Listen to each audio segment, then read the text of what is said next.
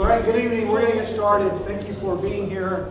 Again, we're going to do our best to keep these meetings on schedule and start them on time, and so move through this important work. Thank you all for being here. Let's see.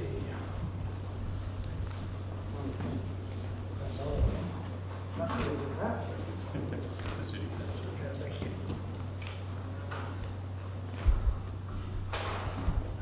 All right. It looks like we do have a quorum here, so the first item on the agenda will be to the approval of the September meeting minutes. If everybody's had an opportunity to review those, we need a motion to approve, or any edits, perhaps. I make a motion to approve. Okay. Second. Is there a second? Okay. All in favor? Aye. Any objections? I sure wish they would spell my last name. Well, that's a correction. That's a correction. Other than that, It's really hard. Okay, what do we do? I think my last name was entirely wrong. Yeah, it's a real weird name. I don't know what it is, but it's totally not. Okay, I didn't use it over. I'll get it right. Sorry, I'll get it right. All right, we have one reports that I'm aware of, unless anybody else has one to talk about. All right, we'll go into new business. We got three items really on the new business. One is, again, we'll try to move through the first two and get to the real meat of the conversation tonight, which is intended to be the canine policy. But Conveo, I wanted to see if there's any housekeeping things, suggestions, questions around Conveo. Things that you would like to see that you've perhaps not communicated to us in an email already. Several of you have already, and we're working on that, getting all of the other documents to be hosted on there. We're working on a variety of those things, but anything on Conveo? Yeah, there was a thing that our group discussed that we thought should be open up to the broader group about whether we as the CAP would like our comments to be publicly viewable. So if I understand it correctly, currently Conveo has these documents and anybody from the public can go in and view them and potentially leave comments, perhaps also see comments that were left by others, other members of the public. That has the potential to spiral out of control very quickly.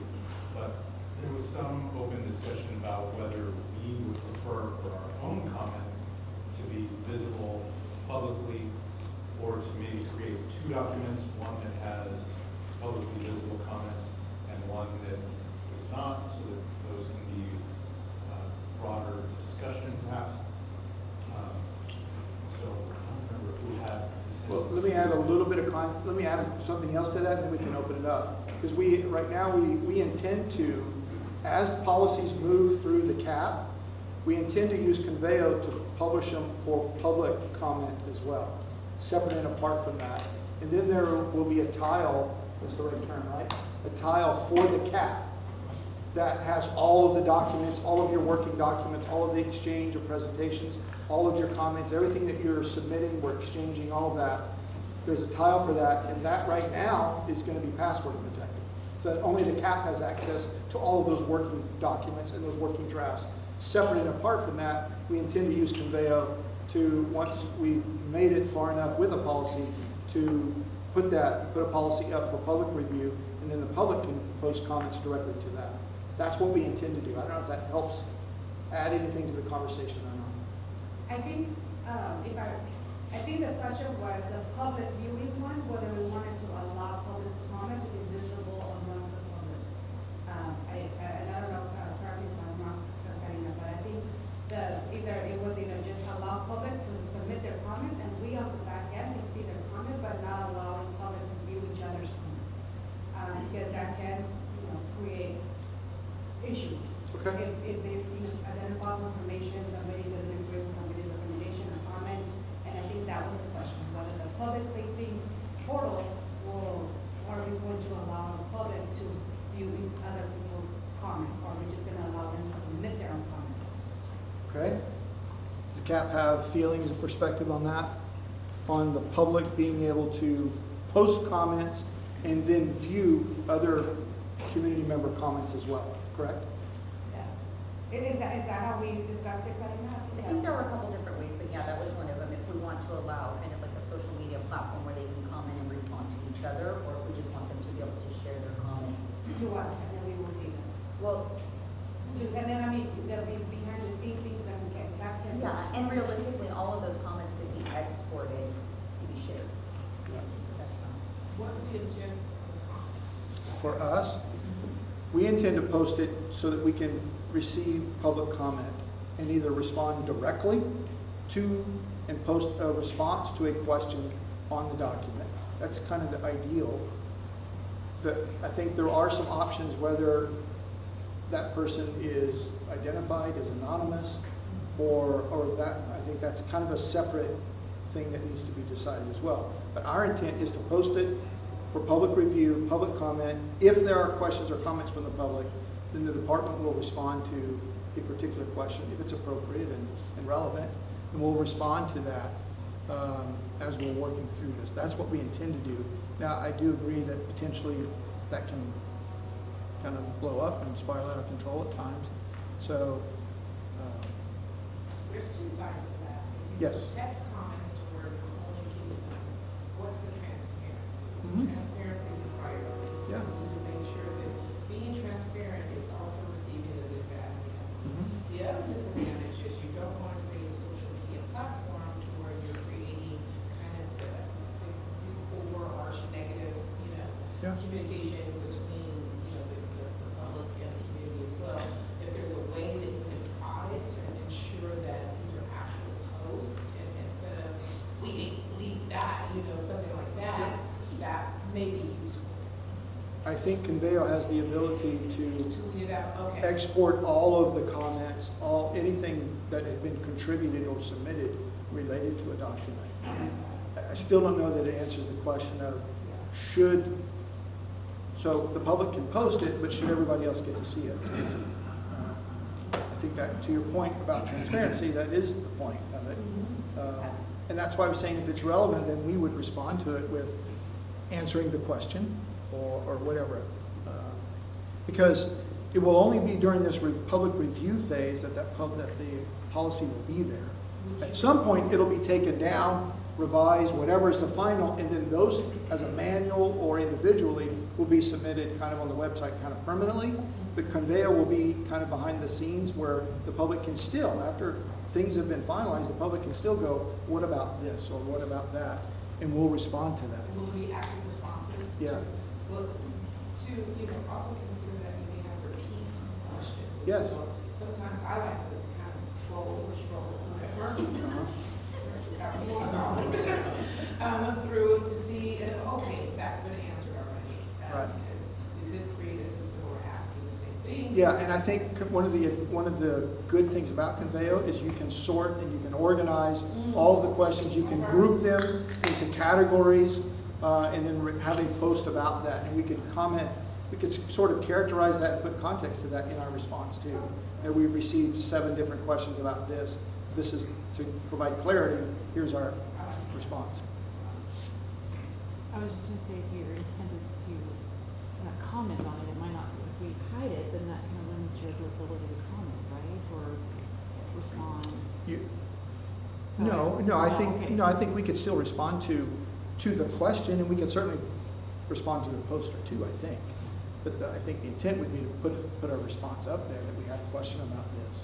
But transparency is the intent. Right. And that is what it is. I mean, it's not a perfect thing or thing you can control. Or maybe if, because the document can also get overwhelming, you see hundreds of comments For sure. on that. For sure. But I think just to protect the public, I think we don't want like, Rosa Lopez here made this comment. So if people can just submit it anonymously, I think that's a way to get the judge comment. But I also think that something that we also kind of left at the table at the last meeting was the public engagement piece of when you're reporting back or updates of like what policy recommendations were received. I mean, I think also the public is interested in hearing updates on that. So outside of just engaging directly, like, I gave you some feedback on this policy, I would like to know, like, how was feedback considered, and finally, what was the final, policy, document. We intend to have a town hall, I don't know what it's gonna be called yet, once the use of force policy gets through the committee, gets through the CAP, because that's such a major foundational policy that everything kind of falls from. And so our intent is, once the use of force comes through the CAP, that we're gonna have a public meeting where that will be shared.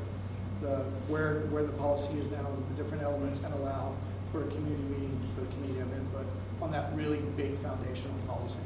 Okay, yeah, because I think that's what we're interested in, also supporting that kind of engagement. Yeah. And so whether we go one or hybrid version, or even a few in different zones, again, the idea is like taking it back to the. Yeah.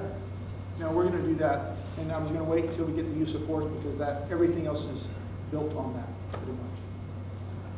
Yeah, so I like the ability to be able to view the comments publicly for transparency and to be able to, I agree, like, be able to see what the people have already asked. That way, I'm not asking a question that's already been addressed. So I like the idea of showing the public comments. So you like showing the public comments? Maybe anonymously, I think that's the. Well, it concern, depends. My identifying the understanding person. is, if you're registered with Conveo, your name will show up. If you can post it anonymously, you cannot register and post it anonymously. Now, we'll have to find out, is there a setting where a default that anybody can post, but it'll be anonymous? I want to say yes, but I'm not completely sure, so I can look into Is that what you guys are For all kind of of? us. There's an option to post anonymously, you don't have to. Some people prefer not to, I want you to know, So I No doubt. think if we have like the internal working CAP document and then the public one, I Yes. think, like, again, just protecting the public. And maybe if we can create a town where they don't have to register an account to be able to engage in that policy. You don't have to register. You can, but if you don't register, you will have an anonymous post. So I think, for me, that potentially is, not be that able is to see, and potentially not be able to see other comments. Okay. okay. So you That's have what to I'm trying to register. confirm, to be able to see other comments. I imagine you would have to register, but again, the registration component is only an email and a username. So if you guys registered, if you had a separate email, that's really what the registration consists of. So let's find out what the options are for anonymous posting, registering, not registered. Their comments. Yeah, if you're not registered, can you post, and can you see other comments? Yes, if you're registered, you can post. But if you're not but you may registered, you can post, but can you see other comments? Let's find out the answer to that, so we can make some policy decisions about how we're gonna use it. But the CAP working documents on Conveo will have its own tile Yeah. and password protected, all of the stuff that the CAP is working on. That's what we intend to do with this So one. something that I think we meant to talk about though Okay. is whether we, as a CAP, want our comments, which will not be anonymous, to be visible publicly. My own take on that is we're here because we represent certain interests, and if we're ashamed of what we have to say, maybe we should be. But I I was, recognize that. now, you- but I think you could still do that without having all of the other working documents and the other work product and stuff that the CAP might do in exchange amongst each other, with the department. Might not want some of that out there, some of them might not. But we could still, I guess we could still post what the working document or the policy comments, that could be posted separately. I don't know. Let's find out the answer to that. Because I Do think. any of us feel like our comments should be Anonymous? not available to the public? You mean censoring of our voices, it's Right. the community advisory panel? Right. That's what I meant. Yeah, I think they should be available, but I think the complication is how that would get it. I mean, are we gonna have to repost it on the public one, or can you remove the comment from the cap?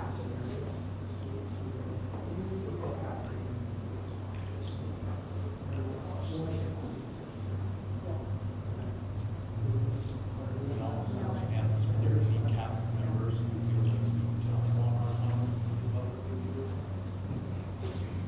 If we reflect back on the definition of a cap, just in that first word, we speaks volumes. We are the voice for, That's true, but sometimes in work product and work, sometimes there can, be context that's not understood or things misunderstood in communication. So in order to facilitate the good working, I can see perhaps that, but if you guys don't feel that way, it's up to you guys. We can try the more open format, identifying that if it becomes an issue, and we do have problems, then we can discuss it at that. So we're gonna play with it some more this week and get some of these answers and then present you with some options and then we can make some decisions. And we'll make some policy decisions on our side, but we'll also bring some options to the CAP. And give you some options of which way you guys want to go with this and how you want to use it. I did log on, this morning and I see some documents that are already, password protected. Even if we're registered and we're part of the CAP, we have to get that password. So that's some of the stuff that we were kind of talking about, sort of meeting minutes and Yeah. things like that. We were playing with that today, trying to figure out what the options are. Because I wasn't sure if the CAP would want the work product and all that you were doing not available to the public. So we have the ability to do that, but if you guys feel like you do not want that, then that's fine. There's nothing there right now. Yeah. Right? It's Just that time. Yeah. Yeah. But I guess because we're just now working or playing around with this platform, and it seems like it could really address all of the challenges that we've had Oh, I think with it- our own I think it work absolutely within will. here. Yeah. But we haven't had a chance to actually test it out. Like see the receive the new policies, submit review, see each other's Yeah. feedbacks and work on it. So that's what I would like to do, and I know we're gonna get a chance to do that through this other work. But yeah, I mean, I guess I don't have an opinion of whether we make our work product like visible or not. I do think that we have, as a CAP, should be able to see each other's recommendation discussion as we are discussing and revising the policies. I know that the challenge is whether we will have only one platform for CAP and public, or we have to work on both if we want to make them visible. So I guess those are just the applications set up and see what is easier, because I also don't want to do double work of just doing my work on CAP and then going to the public document and resubmitting my comments, if that is the only process available. Yeah, I don't think that you would have to do that, but we'll come back to you with some options on what your options are. And that's, I don't know of another way to provide any more clarity at the moment. But I get the sense that you want your comments about a policy to be made visible to the public. That's the feeling that I get from the majority of it. Good?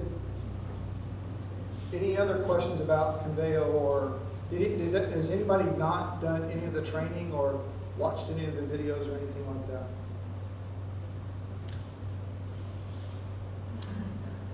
You haven't? I have been out of town, but. I Good will for be you. there. Okay. I see it. It is it's pretty user-friendly and pretty simplistic thing to do. Okay. Two things we're going to talk about very quickly. You should have at least a draft of the proposed use of force policy. We're going to provide you a pretty quick overview, maybe 15 minutes of that. That is the next big policy that's coming.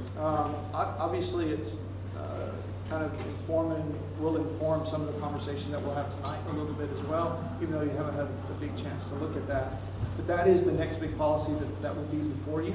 So we wanted you to have that, and we'll provide you a really quick overview of that, and then we'll get into the canine policy.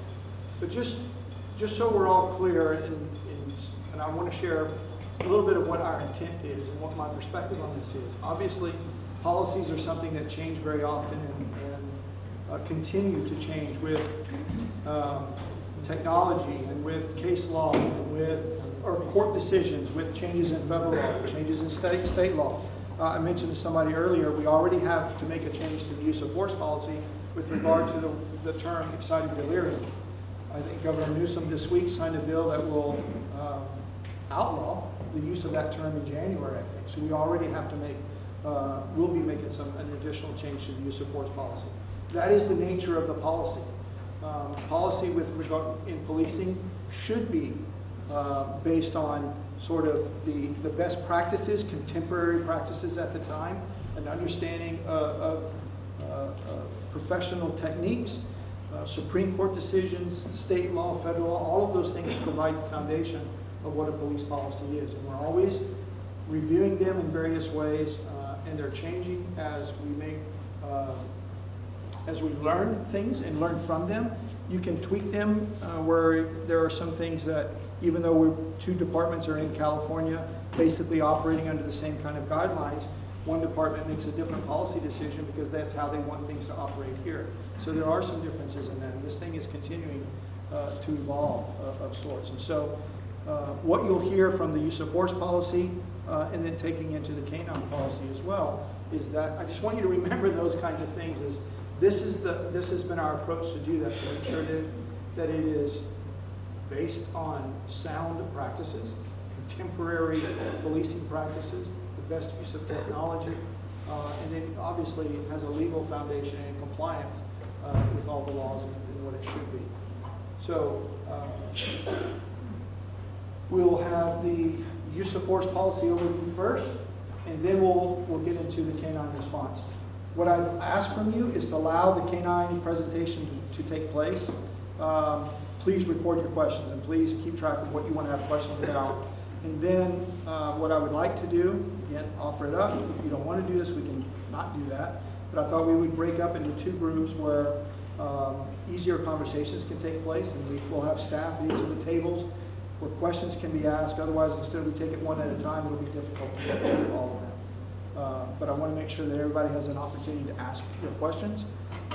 And I would tell you now that if we do not get through all of your questions tonight, and you don't get an answer to a question, then we will continue this process and move it on before we just close the book on the canine policy.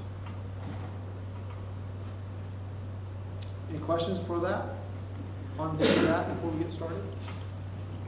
Sorry, you want to break up into group to discuss the canine policy or the use of force? The canine policy. After we make the presentation on the canine, I would ask you to let us get through the presentation, begin recording all the questions that you have as the presentation takes place.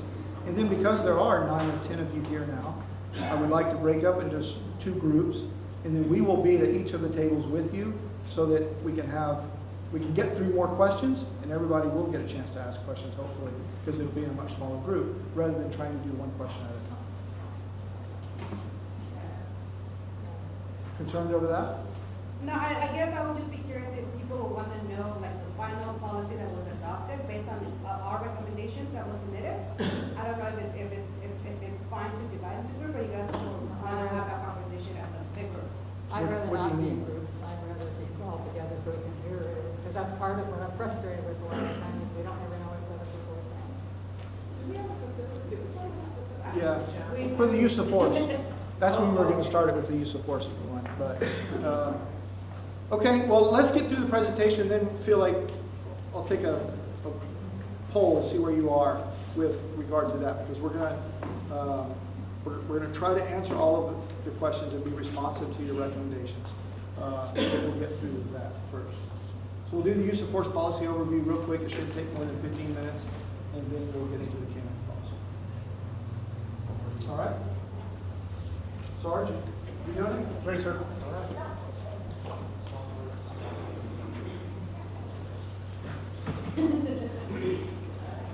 Hey everyone, my name is John Bishop. I'm a sergeant assigned to our training and logistics division. I work over the defensive tactics team as well as the range staff.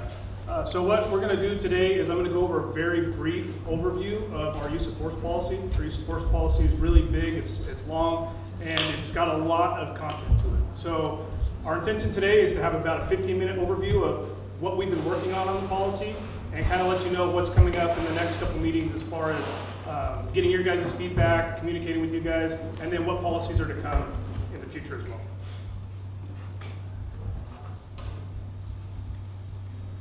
So I'm giving this presentation today, but I by no means made up this thing by myself. We had a project team that put this whole thing together, consisting of line level officers all the way up to captains in the department. So we had a lot of minds, a lot of people working on this policy and making changes to it and making sure that we were coming up with the best practices that we could come up with and putting those into policy for our department. So, just an overview of today's objective. I'd like to break down the policy into 3 main parts that we can go over. Talking about the purpose of the policy and its scope, the major policy focus and changes that we made, and then going over a little bit of how we deliver that policy to our officers and the training that's going to go into it. Again, just to go over, just so you know that we're not cutting this short for you, that there is going to be a lot more that's going to come in the future. In November, our plan is we're going to have a guest speaker for you guys that's going to come in and kind of break down what is use of force, how it works, the science behind it, and things like that. And then we would like to break you guys into groups, depending on your guys' take on it. It sounds like you guys might like to hear things more as a group, but our plan was to have you guys get broken up into groups, have some experts from our department assigned to each of you. That way we can answer any questions and clarify anything that you guys have seen in the policy that you might not feel you've had your voice heard on it yet. December, we plan to have your guys' recommendations, and that's again our main objective is we want your guys' input. We want the input from the community, from everyone living in this city on what you think is valuable to have in the use of force policy for the Bakersfield Police Department. So we want your recommendations. We want to see what types of changes you think we should be adding in here. If you like the things that we've changed, if there's things that you want to see differently. And then in January, we're likely going to give our response back to whatever changes you guys all recommend. So just a quick overview of the values that we focused on in our use of force policy. One of the biggest ones is a driving factor. It's the sanctity of human life. And so by doing that, we're trying to make sure that even when force is used, that's a value that the officers are having to focus on, is the sanctity of human life. Making sure that when we can, we're seeking voluntary compliance. That's what we're trying to get.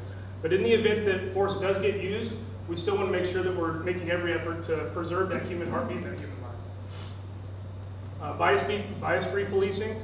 There's an entire policy on biases and bias-free policing for the Bakersfield Police Department. And it's touched on in the use of force policy to make sure that it's consistent. That there is absolutely zero tolerance for any bias to be shown when force is used against a citizen. Community trust and legitimacy. This is a big one. I mean, this is where you guys all come into play, is making sure that us as the department and you all as the community can work together to make sure that we have a working relationship. We understand that anytime force gets used on a citizen, that it can potentially damage a reputation of the department. It can damage relationships amongst the community members. So we have mitigation efforts we want to make sure that we implement with our officers and how they're trained to make sure that we minimize those as much as possible. Making sure that you're communicating with the people you use force on, witnesses, family members, things of that sort. Making sure that there's good transparency into why we had to do something that we had to do. A lot of that has to do with providing aid to anyone that may be injured as well, and just making sure that overall that everyone's treated with courtesy and respect. So there's a big section of our policy that goes into de-escalation. We have a training program that we implement called realistic de-escalation, because we don't want it to just be words, because they're buzzwords on whatever's current in society those days. We want to actually have them be realistic. We want something that is applicable, what human officers can use against human citizens and have it work. So we want to make sure that we are using these de-escalation techniques and tactics whenever possible, that we're doing all the things beforehand that we can to try and prevent the use of force from occurring. Assessing risk factors, all these things. Overall, our goal is going to try and seek the person's voluntary compliance. That's the goal of de-escalation. Proportionality. Proportionality has its own section in the policy that you guys will be able to read. And basically what it means is that we want to make sure any time that force is used, that is proportional to the type of crime that the officer's either investigating or working with, or that it's proportional to the type of resistance that the officer's met with. So it's making sure that those two scales balance out. The type of force and the level of resistance are balancing out with one another. That's in general terms what proportionality is. So talking about the major focuses and changes that we worked on as we were working on this policy over the last months to years. When force can be used, we wanted it to be clearly defined for officers to understand when they can and when they cannot use force. So when force can be used, this is pretty clearly defined in the penal code, but it's reiterated throughout our policy. We worked a lot on encounters with vulnerable populations. Statistically, there's a higher number of people with disabilities that get into use of force incidents with police, and we want to make sure that officers are well trained on how to deal with people that are mentally handicapped or might be dealing with crisis, or juveniles, pregnant females, anyone in those vulnerable areas, we want to make sure that they're well trained on how to respond to dealing with those types of individuals. We added the pointing or the displaying of firearms as a reportable use of force.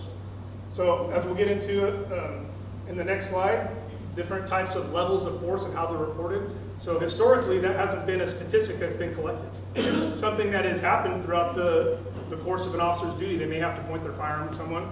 And honestly, that's, in many ways, it's a form of de-escalation. An officer might point their firearm at an individual and ultimately they comply because they know the seriousness of the event or whatever the officer's doing.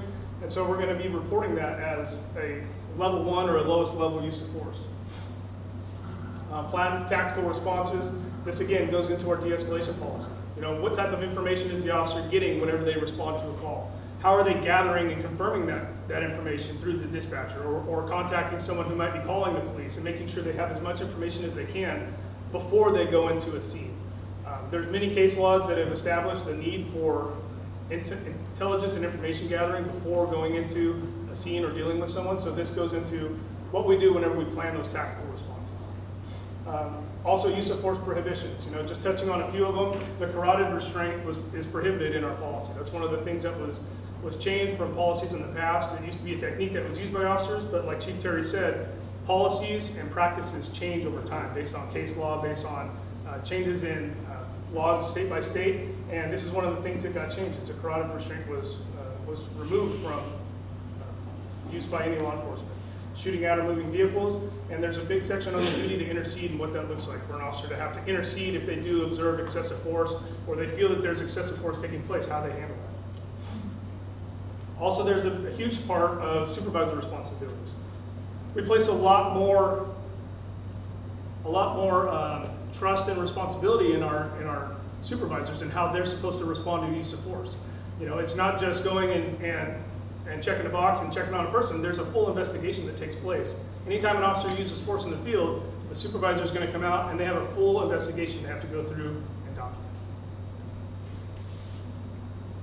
So like I mentioned before, in policies past, we had 3 levels of force. There was controlling force, intermediate force, and deadly force. And as we've developed our policy and made some changes, there's now 4 levels of force that are going to be reported by the police department. So level 1 force is basically just minimal, non-contact, non-injuring force. This could be an officer pointing their gun at somebody and then getting full compliance. That's going to be documented as a low-level use of force. It could be an officer going up to take the person into custody and then the person trying to run away and they have to tackle the person down to the ground. That could potentially be a level 1 use of force. Level 2 uses of force, this is where we get into your control holds, body weights, and takedowns that may lead to injury. So again, this is on the lower end of force types that an officer may use. And then as we move up to level 3 uses of force, this is more the intermediate or the injuring uses of force. So this is, this requires a higher government interest. Anytime that an officer uses intermediate or injuring force, there needs to be some type of a threat posed to the officer. So just passive non-compliance, that doesn't meet the criteria for an officer to use intermediate levels of force. There has to be some threat posed to the officer or the public, and there has to, or some assaultive behavior towards the officer. So there's a higher threshold for an officer to have to meet before they deploy these types of force options. And these are anything that could potentially lead to injury. So this is like tasers, batons. We have less lethal launchers that basically shoot out like a sponge round from distance. The use of canines, any impacts that an officer uses with like a fist or a kick or elbow or anything of that sort in the middle of a struggle or a fight would result in the need for some type of assaultive or threatening behaviors. And then the highest level of force, level 4, is deadly force. And this is clearly defined in the policy as well, that there needs to be an imminent threat of death or great bodily injury to the officer or the public in order to use that highest level of force. So again, I talked a little bit about the supervisor responsibility and how we've honed in on that and what it takes for a supervisor to go do a use of force investigation. So they do a full report that we call a blue team. The blue team investigations is labeled up there. Basically, a sergeant or a supervisor has to go to the scene anytime one of their subordinates or their officers uses force. They go to the scene, they get all the information from the officer on what force was used, why they used it, everything surrounding the incident that led up to the officer having to use force. They do an interview with the suspect or the person the force was used on. They do a recorded interview, they have a series of questions that they ask them, they gather as much information as they can. But they're also doing a canvas, they're trying to talk to witnesses in the area. They're looking for surveillance footage that might be from surrounding neighborhoods. They're collecting, making sure any evidence is collected and that the scene is processed appropriately there at the scene. And then the big part is after the fact, when the supervisor goes through, they ensure that everything is done properly on the back end, that the officers document everything appropriately in their reports, that all the body-worn camera footage is uploaded properly, that they've taken photographs of the person who force was used on, and that it's all getting turned in a timely manner and that it's accurate. Another part of what goes on with supervisors is we have a group here called the Use of Force Working Group. And basically what that is, it's a group of subject matter experts or people that are familiar with the types of training and tactics that we train officers to use. And if there's ever a time where an officer uses a technique or a tactic, or maybe they're not proficient in something and it leads to more force having to be used, the supervisor has the opportunity to send that case or that incident to this working group. The working group will do an inspection, they'll read the reports, they'll look at the footage, and they'll see if there's any training opportunities where the officer may be lacking in a certain skill and they might need a little bit more training. So we have the opportunities to send officers to training to make sure that they're proficient in their techniques and the things that they might have to do when it comes to use of force. So that goes into the accountability and the training part of the supervisor's responsibility as well.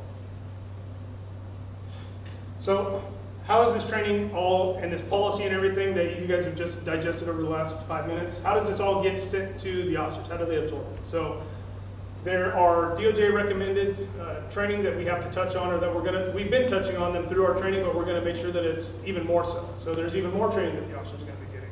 There's gonna be interactive role-playing scenarios that are on top of the things that they're doing now. Supervisors are gonna receive annual training on how to do a use of force investigation, making sure that they're doing all these things properly. There's also annual training, or every other year, there's DOJ mandated training on principles of procedural justice and implicit bias. These are the things we're doing now already. So currently we run 2 academies a year on average. They may start with anywhere from 50 recruits, and then sometimes we end with 20s to 30s. So there's always a little bit of attrition where people don't make it all the way through, but it's because we push the limits of how we train our officers. We make sure that they're the best candidates that are going to be out there serving the community. The field training that the officers go through is about 17 weeks. So after they complete an academy, they go through an additional 17 weeks of field training in the field with a field training officer. On top of that, every 2 years, there's a 2-year cycle of advanced officer school.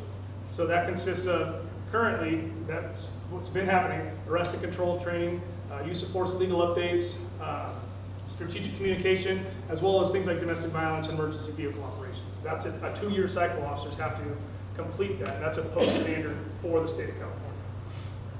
And like I mentioned before, we have the early intervention system, and that's something where a supervisor has the ability to see a use of force. They might immediately recognize that there's an issue, an officer has a deficiency in a certain area, and they can recommend them to the training group, and typically within a month, the officer has been trained and they've been updated on the best practices and the current ways of using techniques. So again, buzz through this really quick. It's a very broad, wide level overview that I'm just kind of scratching the surface on when it comes to the use of force. You've all, at this point, received that policy, right? You guys have all gotten it. So it's going to take a lot more for each of you to go through and kind of see and understand and digest everything that I just quickly went over in this highlighted overview of the use of force policy. So like I said, in November, we're going to have a guest speaker who's going to come out and talk to you guys and hopefully give you some outside perspective. I know that what's been relayed to me is you guys have asked for someone outside of the Bakersfield Police Department to come and explain to each of you what does this mean? What does this mean? Or what is this part of the policy? Or what is this, in best practices? So this is someone from outside, not affiliated with the Bakersfield Police Department. Other than that, we're just bringing them in to speak to you guys and hopefully provide some transparency and some expertise on what this is, what use of force is, and how it's applied to law enforcement. Again, after that, our plan was, after that presentation, was to have you guys get into groups of 4, and we would have members of the department assigned to each of you or available to each group to go over the policy and explain anything in more detail that you guys might have individual questions on. and try and give you as clear of an understanding of what our policy is and what changes we made and how we are going to get your guys' input, whatever that may be, and maybe clarify any questions for each of you moving forward. So these are just recommendations, and Kareem will make sure that you guys all get this presentation so that if you need to, you can go back through it and see. But these are just recommendations, group 1 through 4, on how we could break it up just based on the size and the content of the policy. So like if a group wanted to take use of force values, another group taking use of force levels 1 through 3, a group focused solely on deadly force, and then another group focusing on the vulnerable populations, plan response, supervisor responsibility. That's a recommendation. You guys don't have to do that by any means. You can break them up however you'd like. Or if you don't want to do the idea of a breakout session, you guys want to continue to go through this group setting, it's up to you guys. This is your panel. You guys are the community members. We want to make sure that we're serving you and giving you as much information as we can. But ultimately, we want to get your guys' positive feedback too, and put whatever good changes that we can from the community into this policy, so that it's not just our policy, it's your policy too. Again, in December, that's when we're hoping to get the recommendations on the main use of force policy, and then in January, providing our response. And then lastly, like I said, is the future policies. So this is the main use of force policy. It covers everything use of force, but there are specific policies related to use of force as well. So this is almost like the big daddy policy, and there's other like children policies. So conducted energy weapons, that's the policy that relates to tasers. It's solely a taser policy, but there's a lot of the same language that goes back and forth between tasers and use of force. Control devices, that's your impact weapons, your batons, and the less lethal launchers like we talked about before. So that's what focuses on those, and chemical agents, like OC spray. And then we have a handcuffing and restraint policy that has everything to do with just that, handcuffing and restraints. There's a couple other devices that we use for very combative individuals that is covered in that policy. And then lastly is the reporting and accountability policy. And that's the one where we talk a lot more about the use of force working group that I mentioned, supervisor responsibilities, and things of that sort. And that's it. Yes? I know this is just an overview, but on the policy, would you guys be able to note this changes was made based on, because I recognize some of the terms on the stipulated judgment. So I'm just wondering if in the policy that you guys provide, would you guys be able to notice saying this was improved or changed based on this recommendation on the stipulated judgment? Just so I know that was one of the requests in the previous policy that we're reviewing from some partners on safety. So I'm wondering if that is possible. I know that, I don't know how it's delivered to you, I might have the answer for that, but I think that because you give everything to them, right? Yes, it but a goes lot of the through work we get from the different projects. Okay. I don't see a reason why not, but the way that we've looked at it, what I recommend is having the old policy that we are currently acting under, having the stipulated agreement, and then having the new policy. And it should be pretty clear where the changes are that took place. Yes, sir. Do you currently have the name of the guest speaker? His name is Vaughn Klein. Vaughn? Vonklein. He's from the Force Science Institute. K-L-E-I-N? EIN, yes. Is somewhere, The Force Science Institute? for science? Force Science? Force. Yes. Thanks. So again, I encourage you guys, if you do have questions or things that you want to continue to ask, that you, as you read through the policy, write all those down, have them ready for us, because in the November session is where we're going to have a lot more interaction back and forth. This just it needs to be just a brief introduction to what we've done on it, how we're trying to make the appropriate changes and deliver it to each of you guys, and hopefully we get some good feedback and find some good common ground that we can either add or remove or whatever you guys think of the policy. One more question. You mentioned that I think 140 hours of use of force training. I'm not sure if that's correct. In our academies, we cover about 120 hours of just defensive tactics and use of force related training. That's not even counting our firearms training. So I mean, that's where we get the hours from. Gotcha. It's just in our academies. My question is, could we get a breakdown of, for instance, how much time is spent on de-escalation training, how much time is spent on issues of bias, free policing, and the different just the different categories under the use of force policy, how training breaks down along those lines. Yeah, I know that there is, we can get the data that we currently use and also the training plans that we're gonna be moving forward. We'll be able to show the increased amount of hours that we're adding on top of what we already do. Sure, sure. Yeah, so I'll talk to some of our training staff and see if we can get those numbers together for you. Thank you very much. Okay? Thank you guys, I appreciate you taking the time to listen to me. I'm gonna pass it off to the K-9 feedback policy because I don't wanna cut into their time. I know you guys have a lot of questions and feedback for them, but thank you and I will see you guys in November. Thank you. Thanks, John.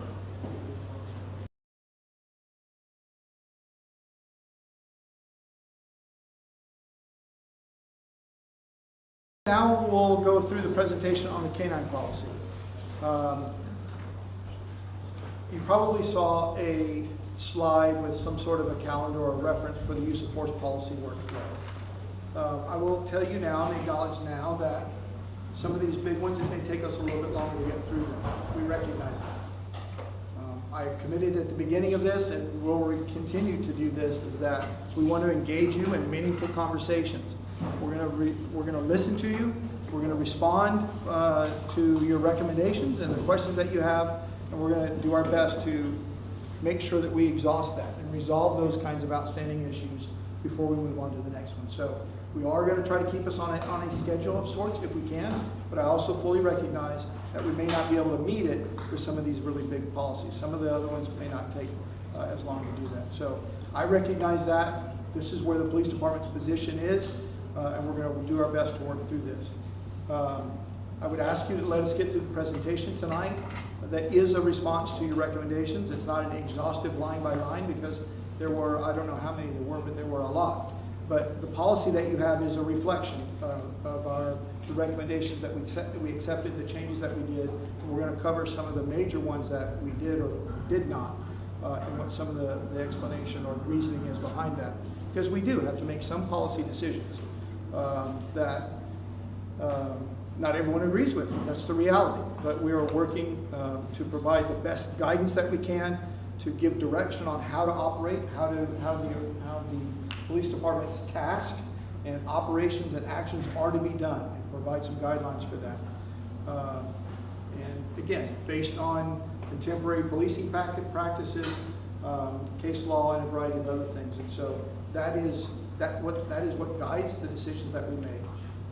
And so that is foundational. So I would ask you, let's get through this, and then we can, I was initially saying, after we do this, I'm sure there'll be lots of questions, that we were going to break up into smaller groups so that we can facilitate a quicker question and answer and dialogue. If you don't feel like that would be appropriate and that you want to do that, I will defer to the CAP to be able to do that. But I assure you that we will do our best to be responsive to the questions that you have and follow up, and we'll get through them before we move on to the next one. Okay? Any questions about that? All right, Kevin. Thanks, sir. All right, welcome everybody. Like the chief said, we're gonna knock this out. We do have lots of opportunities for questions. In an effort to facilitate this, moving through at a reasonable speed and getting all of this content covered tonight, if you could save your questions, just write them down. We'd be more than happy to answer any questions after this. Some key introductions. Myself, my name is Ted King. I'm a captain. I am actually in our patrol compliance section right now. But back when DOJ came out with their findings, I was the Special Operations Group Lieutenant. So that was kind of my nexus to that. Currently, Sergeant McWilliams is the K-9 supervisor. And in the back, pretty Rick Dossie back there is the Special Operations Group Lieutenant now. So I wanted to introduce them before we got going, because they're going to step in with some of the answers to some of the operational and current management questions as well. So like the chief said, our purpose here right now is to cover the key feedback points and the discussions that resulted from the feedback that everybody provided to us. Some quick reminders as this is fairly new to all of us. The policies are constantly in flux.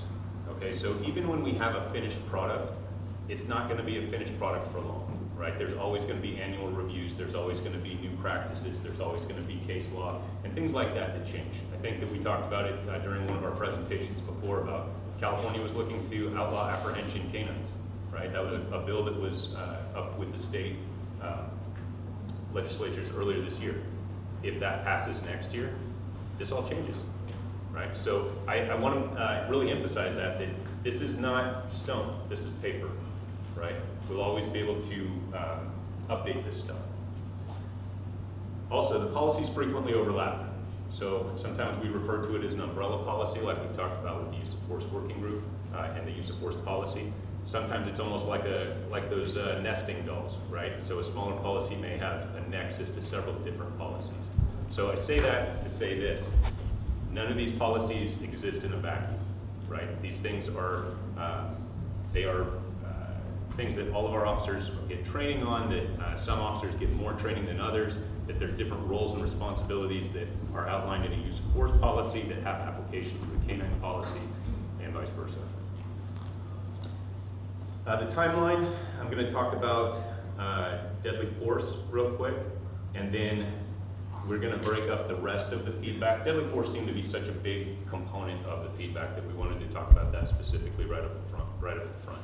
After that, as you'll remember, we were broken into those 4 groups: the personnel training, operational guidelines, and administration.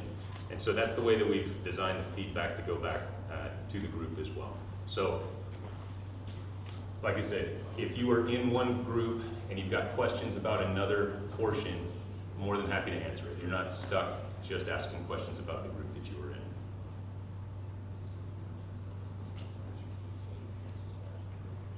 All right, so deadly versus lethal force. We have elected to categorize our canines as less than lethal force, so not deadly force. The reason for that, the Ninth Circuit has determined that police canines fall within the intermediate force level. Okay, you've heard Sergeant Bishop talk about that level 3, but it is less than deadly force. The reason for that is that they have focused on very specific circumstances and the officer's intent and how they used or how they deployed that canine. Now, we're not saying that there can't be an instance where a dog causes a death. I'm not saying that at all. But like I said, with the nexus to some of those other policies, that would fall under our critical incident review policy. Okay, so that would be a deadly force incident, make no mistakes about it, but we're not categorizing it as, we're not taking it off the table and only using it in deadly force situations, if that makes sense. I'm more than happy to explain that further if it's needed. This is one of those times that we can ask the question right now. Is that understood or is that not understood? Because that's a pretty big rock to take away for this concept. I'm not asking if you agree with me or not. I'm asking if that explanation makes sense. Can you share the Ninth Circuit Court decisions that you're referring to? It doesn't have to be right now, it can be later, Yeah. but. Yeah, absolutely. We've got all the different case laws. I don't know if we brought that memo or not, but either way, we have it, we can share it. The courts have found that the possibility that a deadly force option can cause death does not necessarily categorize it as deadly force. Okay, so kind of like I was saying, it can cause death, and we have safety mechanisms for that as far as the incident review and that sort of thing. And I apologize on my poor wording on that, but that's, I don't know how else to say it. If that incident occurs, if a death occurs because of one of our canines, that incident will be, it is considered a critical incident, and it will get a very exhaustive review. Let's see, the officer's intent is the main factor in determining whether the selected force option is deadly force, and that's not just with canines, that's with any of the force options. So take, for example, a baton, right? A baton could be used as deadly force if that's the officer's intent, and if that officer uses it in a manner that's consistent with deadly force. The critical incident policy is fully in effect, like I said, and the critical incident investigations exhaustively cover the officer's intent. Those investigations, again, different policy, but they focus on a criminal investigation, criminal culpability of the officer, an administrative investigation of the officer, a training aspect, and also a wellness component.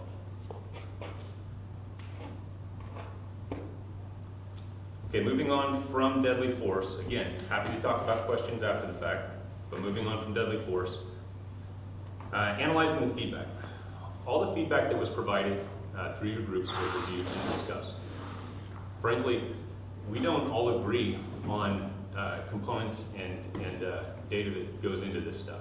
Like we don't all have the same opinion, just like everybody in this room doesn't all have the same opinion, right? There's some, when we got that feedback, there were some very contentious discussions, very heated discussions, where even amongst ourselves, we had to come to a consensus about what actually meets the purpose of what we're trying to do, right?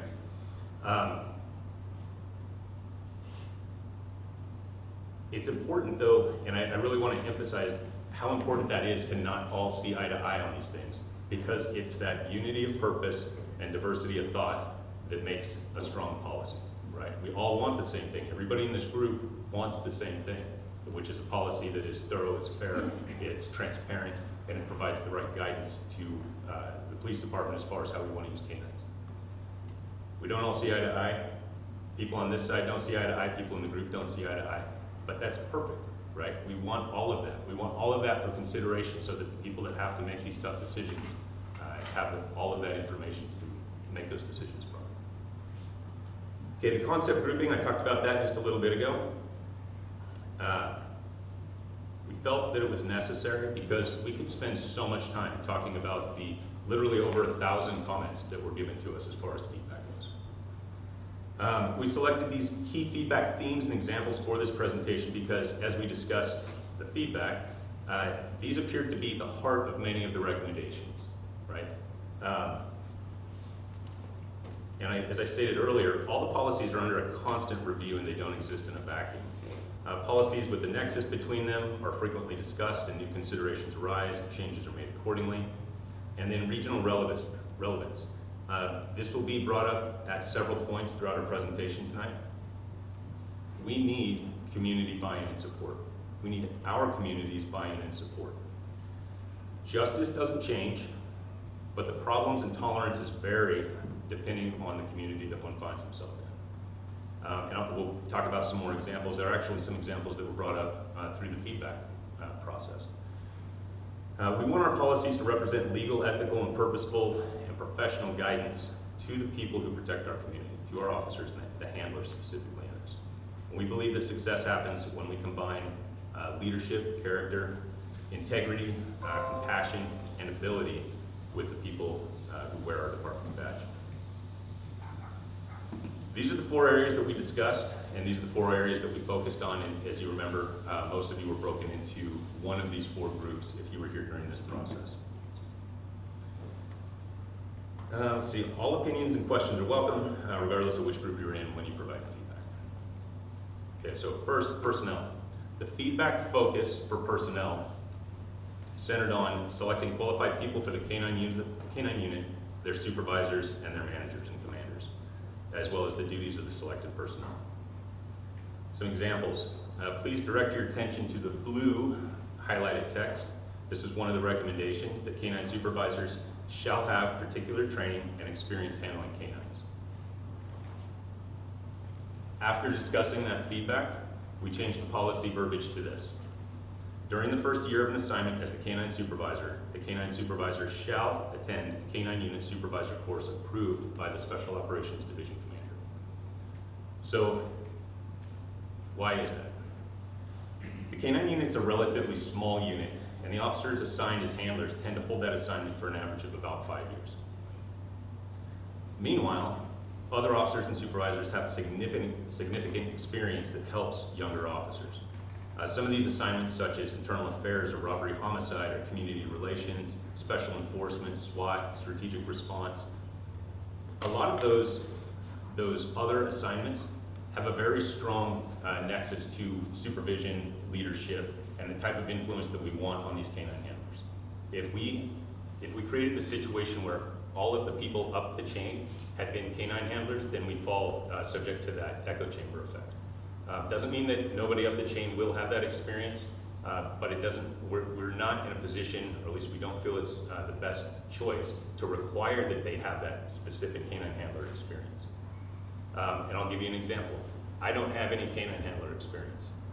I was the canine commander though, right? And I had a lot of success in that realm because I had SWAT experience, I had administrative experience, robbery homicide experience, and being able to provide guidance with all of those other focuses to the handlers, we had a very successful unit.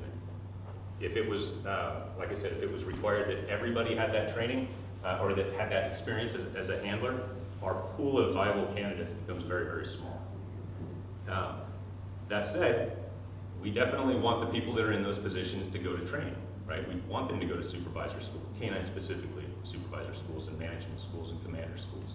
So we've adopted the policy, or we've changed the policy rather, to require that type of training. Okay, as far as the selection criteria, all of the people from the handlers on up are chosen because of their experience, their special skills and knowledge, and their ability to conceptualize what it is that we're envisioning for our unit, and then also their leadership potential. Okay, please see the next slide. Oops, I'm sorry. Okay, the recommendation was that the SOG commander, Lieutenant Dossi, shall not be assigned as a handler. And then as you can see elsewhere in the policy, the yellow highlighted section addresses that. But the SOG commander will hold the rank of lieutenant and shall be appointed by the Special Operations Division commander. Now the explanation to that, as a matter of normal business at the Bakersfield Police Department, nobody holding the rank of lieutenant will ever be assigned to canine. Lieutenant is a management rank, and canine handler is an operational rank, so there's a supervisor in between those ranks. So there's never going to be a time where a lieutenant, the commander of that unit, is actually handling a dog, approving their own deployments or anything like that. Canines are assigned to officers and senior officers due to the length of time that they're expected to hold that assignment. Like I said, about 5 years on average. The lieutenants and captains and all that, we move around much more frequently than that to different areas of the department. So being stuck in one position, one, it would be inconsistent with the review process that we have and the structure that we built. But two, it would kind of hamstring what we do with our management personnel elsewhere in the department. Okay, and then like I said, although we consider them leaders, handlers are selected for their leadership style, their integrity, and their abilities as patrol officers, but they're still not considered supervisors. So when we talk about supervisor approval, that is not a handler job. That is definitely a sergeant or higher, somebody who is not handling a canine. Okay, another one of the recommendations from the group is shown here. The lead canine trainer shall be qualified to train canine teams from a nationally recognized police canine training association. We discussed this recommendation for quite some time and ultimately decided on removing one of the sentences and beefing up the sentence before. Now it reads, as you can see here, while there's no single source for lead canine trainer standards, got a typo in my notes here. While there's no single source for lead canine trainer standards, there are a variety of reputable training resources and agencies available to assist in training, including nationally recognized associations such as the USPCA, NAPWDA, and then the next sentence, the SOD commander will evaluate the lead canine trainer's references and reputation within the industry. We don't, let me explain this. California Post is absolutely our standard, right? For all agencies in California, Post is Peace Officer Standards and Training, and their guidance on canine units is the standard. Other groups, such as those mentioned previously, are full of great training, but they often emphasize one area over another area. And like I talked about at the beginning, that regional relevance. Some states, marijuana is illegal, right? So do we want our dogs doing what dogs in those states do? Probably not, right? We need regional relevance. That's why we're not quick to adopt, hey, we have to have certification for this body over here. We're saying that we're gonna have the Post body, and then we're gonna kind of pick bits and pieces of other ones. If there's a certain course, a certain certification that they offer at the direction of the SOD commander. Here you'll see several recommendations related to the lead trainer position. And in a minute, I'm going to show you the request for proposal and qualification related to the canine trainer. That was something that, I don't remember when do you remember when we put that out? 2 months ago, okay. So that was during the process of this canine review. So it was something that unfortunately I don't think that many of you had a chance to review, and it really wasn't on our plan to have it be part of this. But it was a decision that was made because we've got ongoing operations all the time, even while we're trying to decide best practices. But I'm going to show you a section of that here in a second that really shows what we're looking for in a lead canine trainer. And it's important to look at the duties, even in the policy, of the canine supervisor and the canine trainer. We want mutually beneficial roles for both of those to optimize the performance, the oversight, and management. We don't want roles that crowd each other that creates conflict and inefficiency. We believe that the best way to accomplish this is to direct our trainer to focus on the dogs and the dog behavior, and the supervisors to focus on the people. However, both of them, both sides, both the supervisor and the trainer, have knowledge of each other and each other's responsibilities so that they can provide information, they can provide feedback. This design is intended, like I said, to create dialogue between those two groups, the trainers and the supervisors, with an emphasis on the people and the responsibility that we're holding the people to.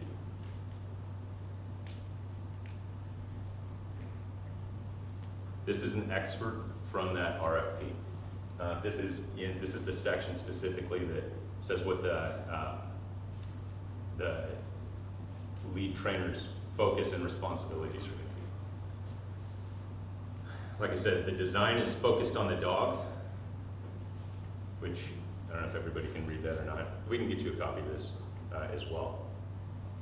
Focus on the dog, but also a requirement that they work with the supervisor to get the best possible product that we can.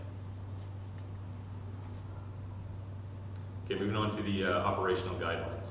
The feedback focus in this section revolved around deployment limitations, the bark and hold philosophy, and the use of canines in crowd management.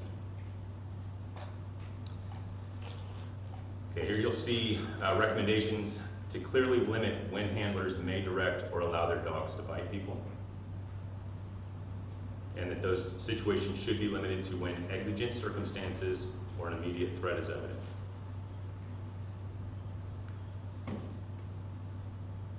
A problem with outlining every situation that a handler may encounter to deploy a dog or to use any particular level of force, and this isn't just for handlers but for officers in general, is that that creates a roadmap to how to do it, right?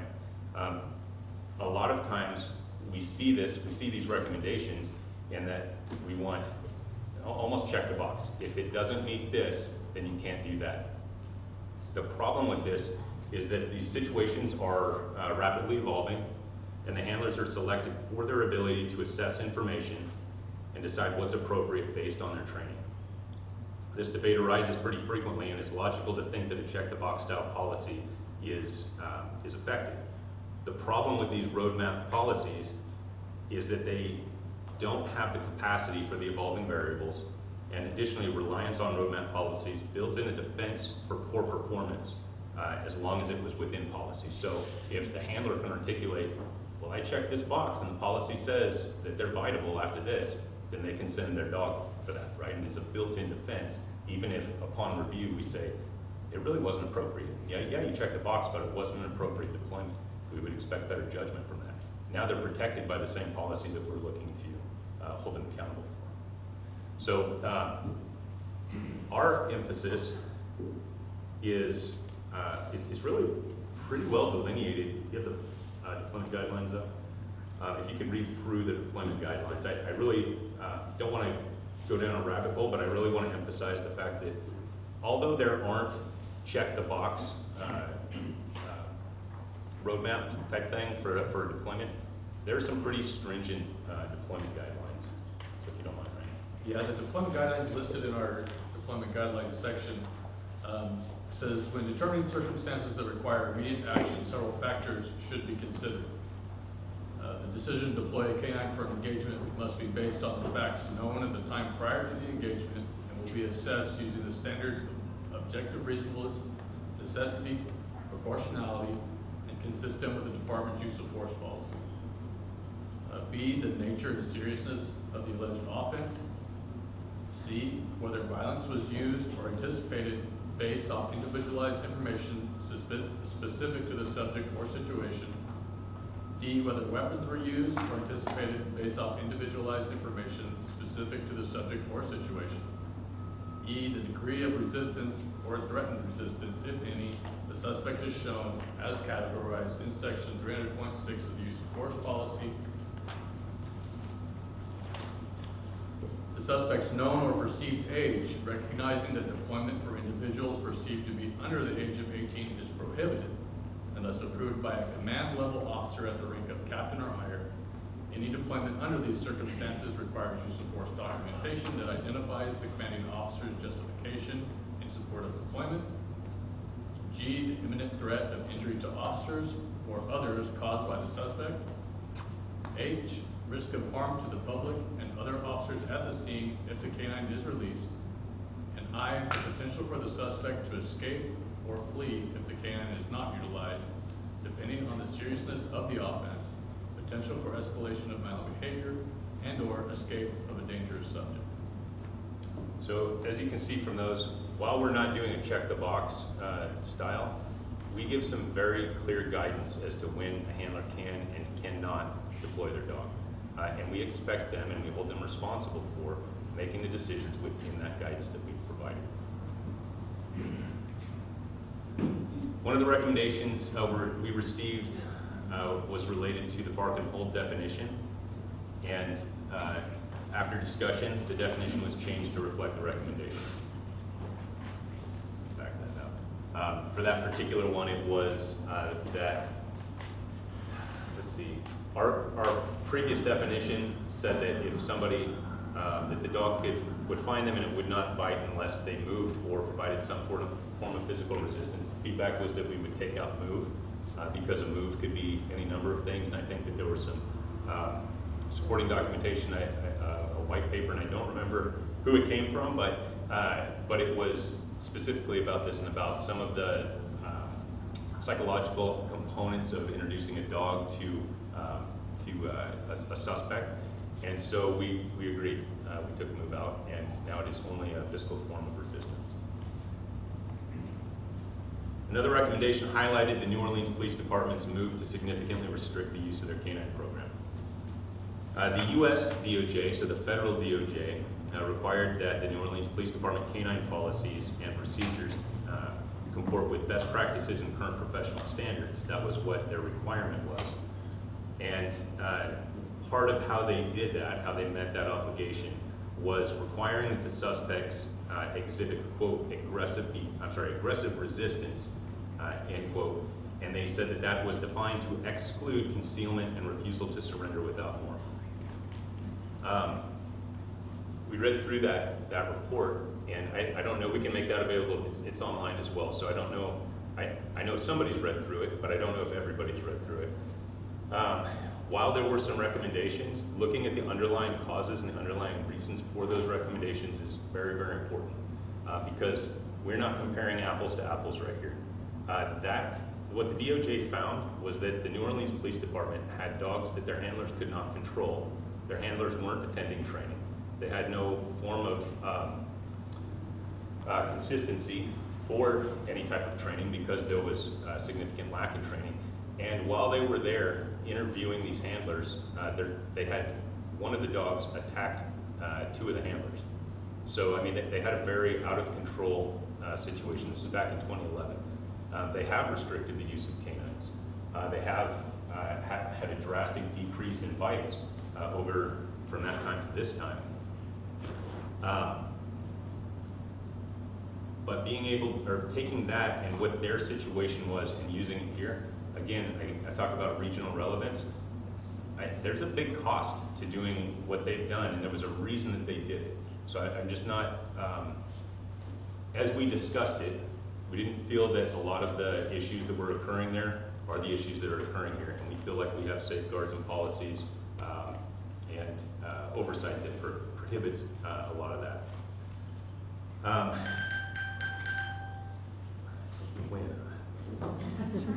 I'm just kidding. It was me.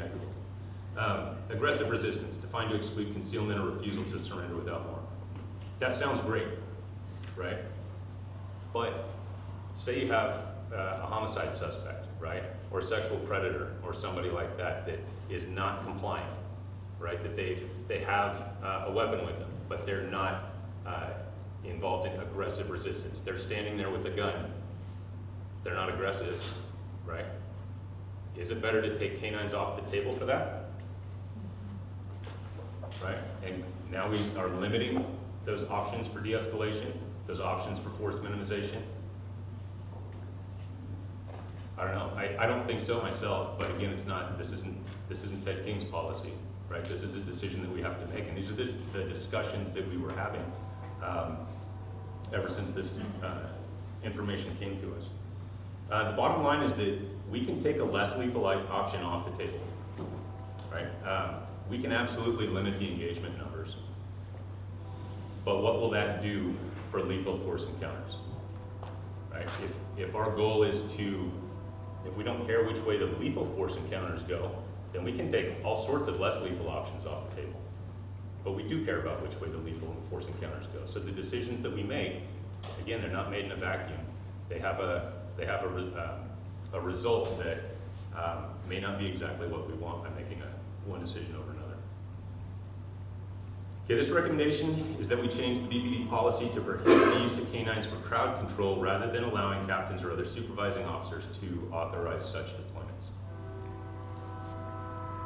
So, again, there's a couple aspects to this, to the discussion that we had. So, evolving tactics. Current working groups, tactical experts, and after-action reports have impacted crowd management operations. And that's bigger than just canine, that's crowd management operations altogether. Law enforcement found that skirmish lines and static shows of force have a strong correlation, not causation, correlation with riotous behavior. We found that here. I don't know if everybody paid attention to the news and all the stuff that we had, but we did have some peaceful protests, and we found that if we put officers out there in front of everybody, that had a correlation with engagement. What we did with the second round of protest is we kept all the officers behind, right? We kept them all inside the building and let people protest. And so that was a lot more peaceful, right? We didn't have the vandalism, we didn't have the arrests, we didn't have the confrontations, we didn't have uses of force or anything like that.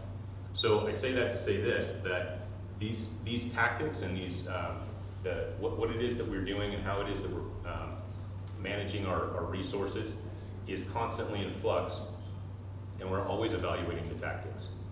But again, taking a canine off the table for not just crowd management, but for a riot is something that there's a lot of cost to that, because now we've taken, again, a less lethal option off the table for a violent activity. Let's see. There is a big difference between a protest and a riot. And like I said, a riot, we talk about it with crowd management. A riot and dealing with a riot is still part of crowd management operations for us, the way that we tactically approach that. As far as captain or higher versus a supervisor, what it had said on the previous slide was that rather than allowing captains and other supervising officers to authorize such deployment. So it might be splitting hairs here, and again, it's all very normal language to us to talk about captains and assistant chiefs, and all of us can envision what that is, whereas a lot of times we have to explain that to people, just like if we went to your place of business, very normal things you would have to explain to us so that we understood what it is that that context was. But I think it's important to point out that captains are an executive rank at the BPD. And they comprise a command level of the organization. The captains that we have are in charge of divisions. They're above managers and they're above supervisors. And it is very, very infrequent that you're going to have a captain that is out in the field. Those are usually reserved for very large crowd control operations or crowd management operations, or very significant events where the chief or the assistant chiefs are not available. And so we have kind of a rotation.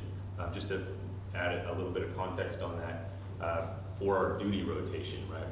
When all of us have gone home, and we have to maintain on-call personnel. We've got detectives and sergeants and lieutenants that are usually the ones that would go out, but there's always either a captain or an assistant chief that is on duty as well. So that doesn't mean that they go out all the time, but that's the information or the decisions that have to be made are usually made at much, much lower levels.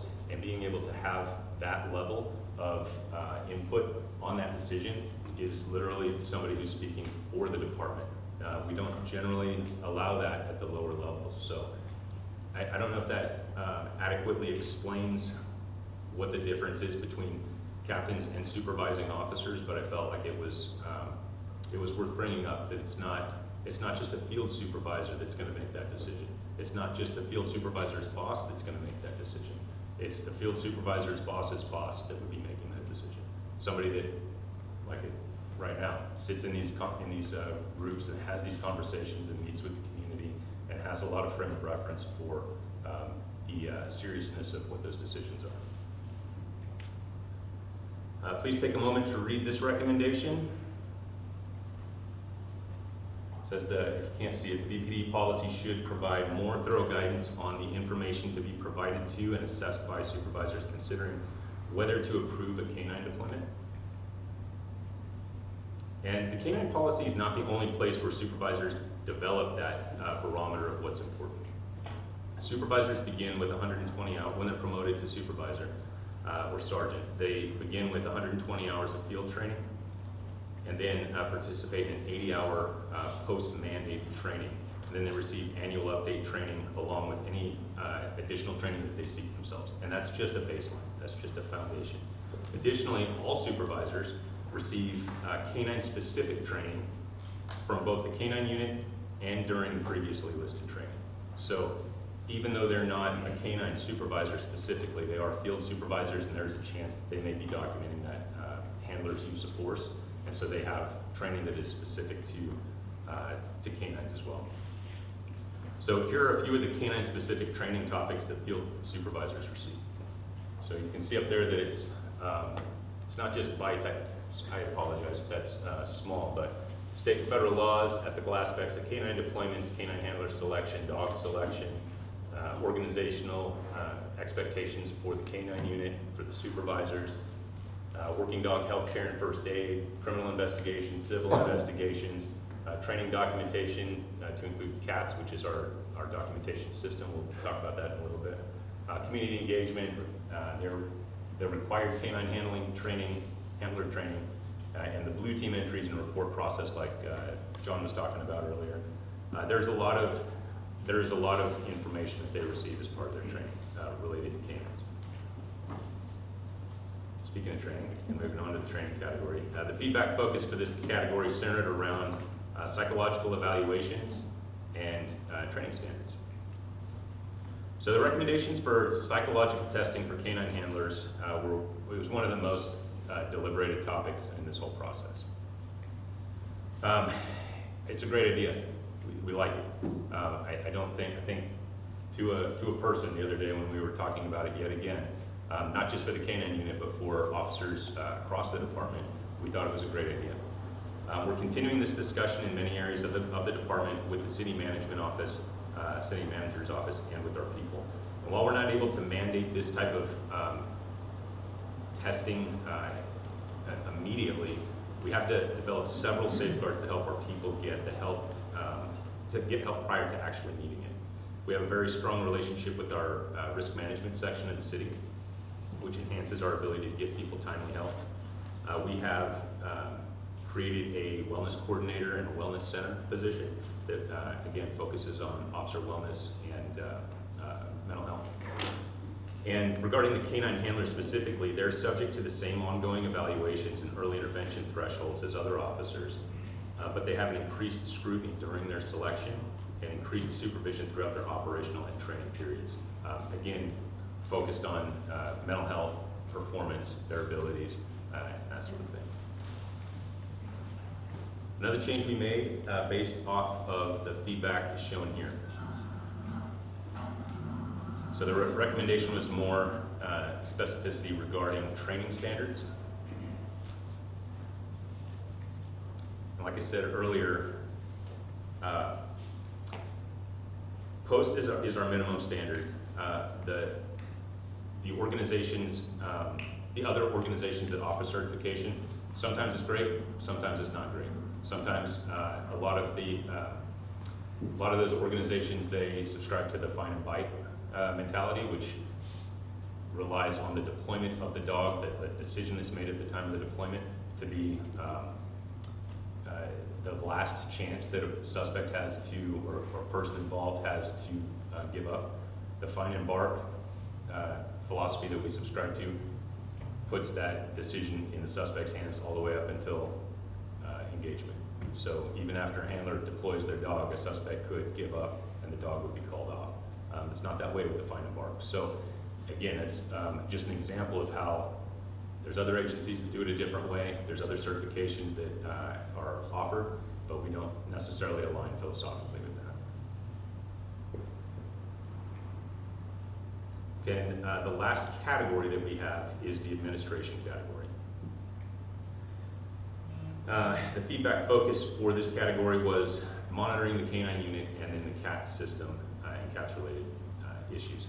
I'm going to call it CATS pretty much every time, but when I say that, it stands for the Canine Activity Tracking System, and it's a computer system that we put all of our training and deployments and canine-related data into. Okay, here in the top window, you'll see the recommendation that we need to be able to calculate and monitor bites and bite ratios. Seems reasonable, right? In the bottom window, you'll see what we added to the policy and response. And that is in blue. Probably kind of tough to see, but it says that canine handlers shall document all canine deployments that occur during their shift in CATS prior to the end of shift. CATS it's a very robust system, and it is exactly what we use to pull up data. It's what we use to report on our transparency page. It is the medium that is able to pull that data and put out pie charts and everything else that we use for public information requests and that sort of thing. It is the way that we track this stuff. It does allow us to calculate and monitor the bite ratios. And I think previously we didn't do a very good job explaining what CATS does. It is accessible directly by the people listed here up on the screen and by request of any of the supervisors of anybody above these levels. Additionally, the canine use of force data on the transparency page is directly taken from CATS, like I said, and regarding the bite monitoring, every bite, every single one is reviewed through the captain level and picked apart during a peer review as well. So there's, I know we talked about it previously, but there is a vertical chain of review and there's a horizontal chain of review for every bite. So they get the subject matter expert review and they get the supervisorial and management review. Another recommendation was to add explosive oversight measures to the canine policy. And while we believe the yellow highlighted section at the bottom of the slide already addresses these recommendations, I wanted to share a little bit more information related to explosives. So all explosives are federally monitored, and our bomb squad is overseen by the FBI. This is a national standard. It is the same at every sheriff's department or every police department. Anybody who maintains a bomb squad, they report directly to the FBI. All training is standardized across the nation, as is the control and monitoring of explosives. And the portions of the canine policy that direct handlers to do certain things are also at the direction of or in association with the bomb squad and the oversight for our department handling those explosives. Lastly, just for some additional context, the SOG lieutenant, Pretty Rick, I don't know where he went. Pretty Rick over there is also the bomb squad lieutenant. So that's different than the bomb squad commander. There's an actual bomb squad technician who federally is designated as the bomb squad commander for reporting purposes. But operationally and the way that we manage within our own agency, Rick is the SOG lieutenant over the bomb squad as well. So there is consistency there between what it is that is required by the federal government and our bomb squad and our canine unit. Again, talking about administration, and I wanted to kind of talk about this real quickly too, and we're almost to the end of this presentation, but This is our city's mission statement. It actually isn't coming out until, I think, I didn't ask the chief if I could put this out, but it's out a little early for this group. But this is coming out in January. And I really I felt like this was important to explain and show that the policy is not in a vacuum, the department's not in a vacuum, the city's not in a vacuum. Like, there is a very real interest in everybody that works for the city government to meet this mission statement that we shape and grow a vibrant community. There's nobody here that's just trying to get a canine policy passed, right? We're trying to do the right thing. We're trying to make sure that we have options, and we're trying to make sure that the officers out there are participating in our philosophy of de-escalation and force minimization, and that they have the tools to do that. In conclusion, I'd like to end the presentation with the reminder that all policies that we reviewed and that you will review throughout this process are updated annually. We subscribe to the PTSR framework, which is the chain of responsibility related to policy, training, supervision, and review. And we emphasize officer responsibilities because the people wearing the BPD badge oftentimes do not get to phone a friend before they make a split-second decision. So they don't get to necessarily consult a policy, right? They don't get to review it to see if they're 100% right in the decision that they make. They don't get to review it to see if they have checked the box that is going to enable them to take a particular action. But the way that we emphasize those policies is we set guidance, and we set a left and a right boundary, and we tell them that it is their responsibility to stay within those guidelines while they're meeting the objective of the department. There's a lot of responsibility on the men and women who wear the badge. And I think everybody's on the same page with that. But that is where we choose to emphasize our policies, as opposed to that check-the-box roadmap style of policy. As community members ourselves, everybody at this department, everybody at the city, we truly appreciate the work that each of you's done and continues to do, and to help make our department a little bit better each day. So with that, we have the option to break into groups, or we have the option to answer questions. It's only 16 minutes till quitting time, but we're happy to stick around for as long as it takes to answer whatever your concerns are. Let's do it. Yeah, I'd like to stay together because there's certain Okay. people who have done a lot of research on this, and I want to know what they think. Sure.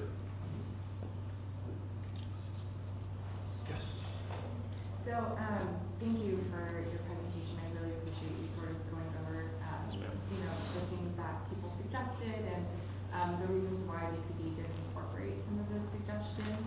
I realize that you have a limited time in which you can present, and I understand that, there are things that we didn't discuss, like apprehensions and warning announcements and reporting requirements, which are all important things. I do think it's important for the CAP members to have an opportunity to really sort of sit with the canine policy as revised to better formulate questions and concerns that they may have. I did a comparison on Word between the old policy and the new policy, and I realized that there weren't actually many suggestions that were incorporated into the policy. There were maybe less than 10 things that were actually incorporated, like changes that were made. So I thought that was, first of all, sort of concerning. With regards to the deployment guidance, I realize that you're, talking about it's really hard to sort of operate in a confined sort of roadmap. I think a lot of the suggestions that were made in that section strengthened the language or emphasized language that's in the stipulated judgment. For example, I realize that there's a separate section here that talks about deploying or not deploying canines for crowd control situations. That's explicitly required in the stipulated judgment, and it would be appropriate to also emphasize that up in the deployment section, just to reiterate for officers. And I think that a lot of the suggestions that were made by my fellow members were sort of to, without sort of creating too much, to really sort of like clarify certain things and really sort of highlight these important sort of things that officers should be taking into account when they go out into the field. And I don't know that we really Yeah, so that was like the one thing. On the reporting stuff that you were talking about and how it's really important, I don't know that I wrote all this down, but on the reporting stuff, one thing that I noticed, I reviewed, use of force reports that BPD has, canine use of force reports from BPD from 2019, or 2021 to like March of this year. And over 20% of those, there was no assigned officer listed on the report. There was no signature field at the bottom. And most of the time, even though they weren't submitted by the end of the shift and they weren't reviewed by an investigator for like 2 weeks, 3 weeks, a month in one instance, and at least one instance over a year before it was reviewed, which is, I think, concerning when you have a use of force incident. I did have many questions, but I'm not gonna remember all the questions. Okay, if- sorry, If go I don't ahead. get to I'm say sorry. something back to you. Just going to here. So, first of all, with question one, the changes that weren't made are Yeah. concerning to you, if I understand correctly, right? Yeah, I mean, I just, when I did the comparison, there were a handful of changes that And were that's, actually and that's fair. incorporated. But what was highlighted there as well is some of the recommendations that were made. And then highlighted in yellow is where we believe that that was covered already.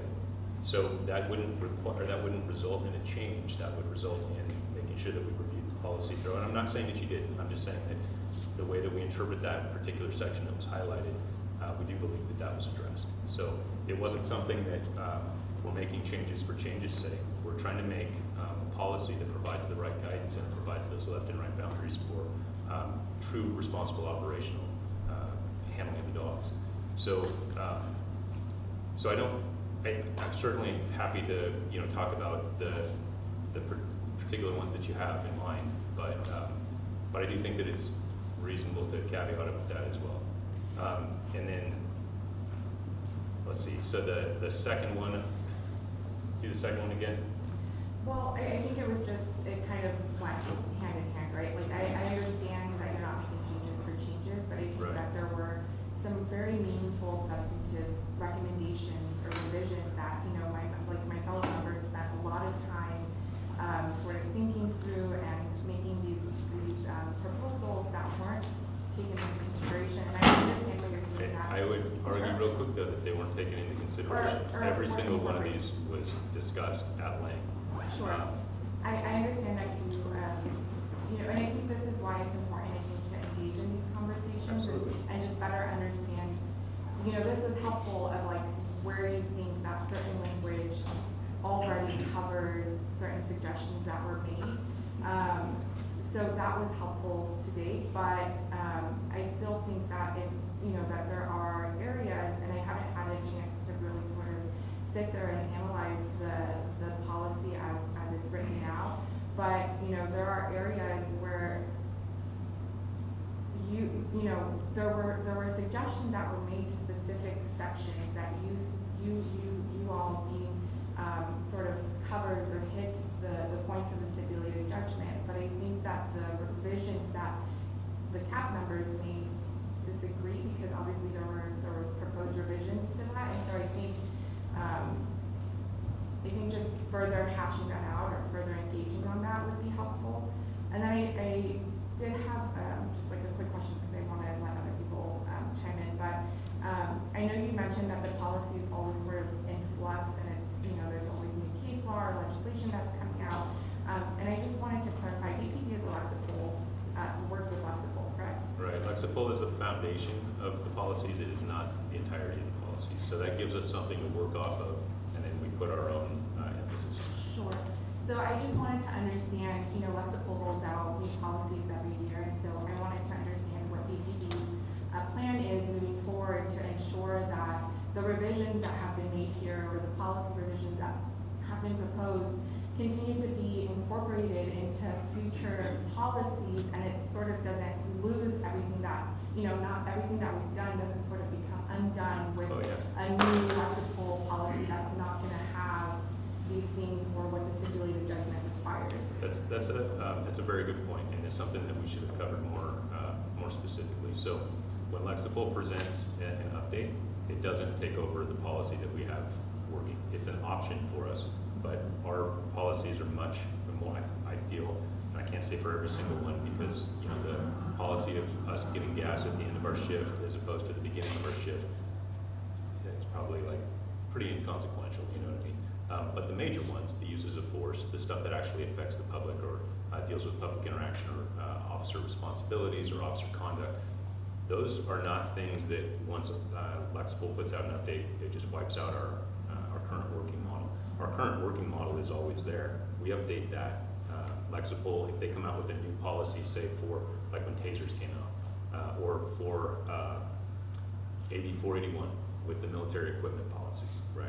They come out with a foundation for it, and then each agency that subscribes to Lexipol puts their own emphasis on it. But they Is that- still come out with new policies on like use, or they revamp their use of force policy or their canine policy with new law that has, you know, changed in California or a new case law or whatnot.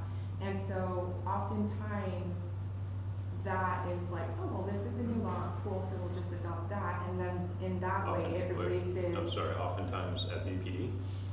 In general, I mean, there are times in UPD too, I would love to see bring that. back, yeah, I don't have it with me in my notes I don't today, but either. I can come back and share that with you all. And I'm not trying to argue with you, but that, I can tell you that that wouldn't happen.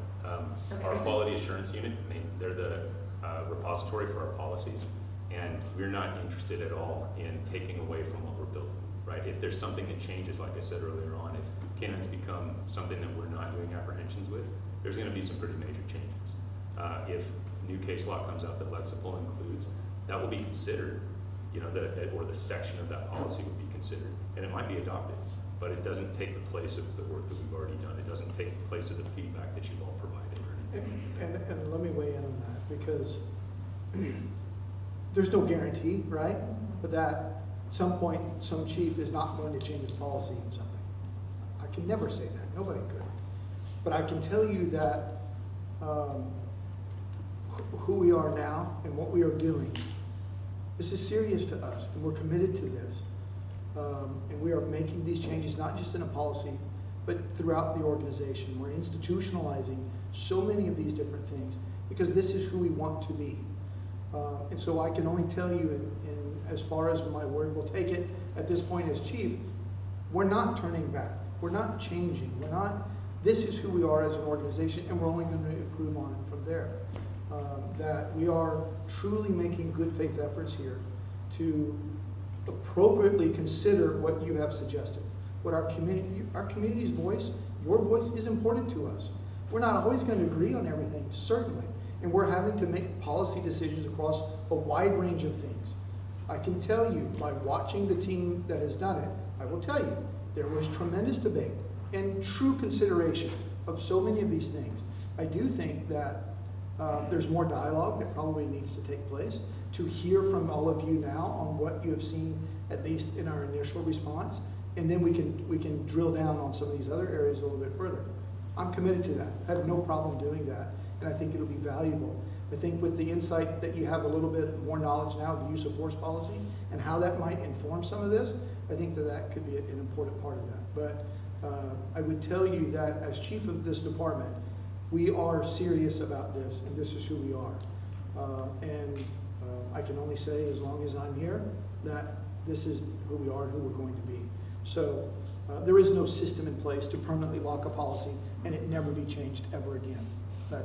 We're tied to the stipulated judgment, obviously, while we're under the monitoring of the court of the Department of Justice, working through that. So that is a time bound, and there is a finite number of that, because that will end one day as well. But truthfully, I am so proud of these men and women, not just involved in this process, but in our organization across the city. They are serious, and the work is important to them, and they want to do the job right. We certainly feel the responsibility to give them the right constraints and the right tools and the guidance, and to hold them accountable when they don't. This is who we are as an organization, and I recognize that there will take some time to build that trust and build that confidence. I think that's why these conversations are so important. And the relationships that we will build here will go out and will further all of this stuff. And so certainly there's more work to be done, around that, but I would tell you that we're gonna engage with this with you, until we answer your questions, and then we're gonna move on at some point, because there are gonna be things that we don't agree about. But we are, going to work to ensure that our policies are well-founded, that they're grounded in the law, grounded in contemporary practices, grounded in all of those things that are appropriate for it, in order to allow the work to be done that needs to be done in very difficult circumstances at times. But the community's voice is a very important part of that, so I can commit to that. I know we're out of time tonight, and so I would allow and offer the question if anybody else wants to have something to talk about real quick, because I think we need to talk about how we further this dialogue. So let me pause there and to see if anybody has any comments about the presentation or something that can be answered very quickly. And then I would like to talk about what the next sort of process looks like for us. I just really had a quick question on your CATs. Is that available, is the raw data available, or is it only the information from CATs, like the? It is not. It's available through a public information request. Okay. So, and then, yeah, as well, before you leave, I'd love to get with you about the report issue, because I'll get you what you need.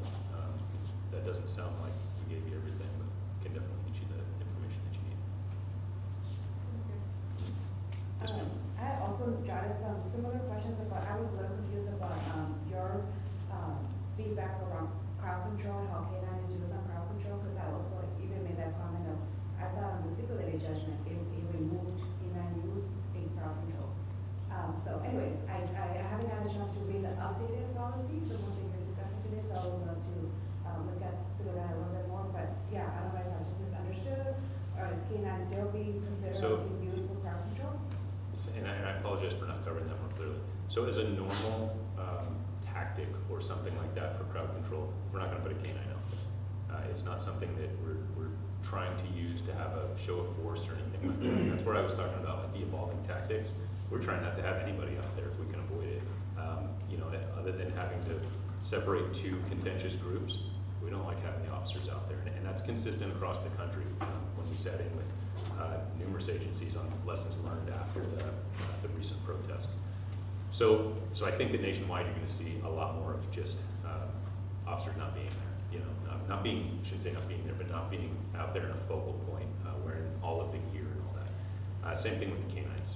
Previously, canines were out there as a show of force, right? We don't want to do that. That's not how they would be intentionally used. However, if a crowd management operation is in progress, a protest, and officers, canines, weapons, SWAT teams, all that stuff are not out there, they're still ready to step in and protect the crowd, right? So that if that protest transitions into a riot or some sort of criminal activity, then we don't want to take options off the table as far as what can be used for that particular portion of that crowd control operation. So I don't know if that is, it looks like I might be confusing things, I get what you're saying. But there's a but because it explicitly says, consistent with the use of force or the policy 428, police canines will not be deployed for crowd control situations unless such deployment is specifically approved by him or me. Those are the only people that can prove it. Because there are situations that you see evolving, you have information that can come in that we need. They're not going to be on a skirmish line or in the front in contact unless there's some real emergency that is taking place. So again, policies can't account for every possible situation. So we do have to make sure that we have the resources available to fulfill our responsibilities and protect the public, and part of that does. And so, but we also recognize the importance of the issue and making sure that that the authorization, if that is used, is at one of the highest levels in the department.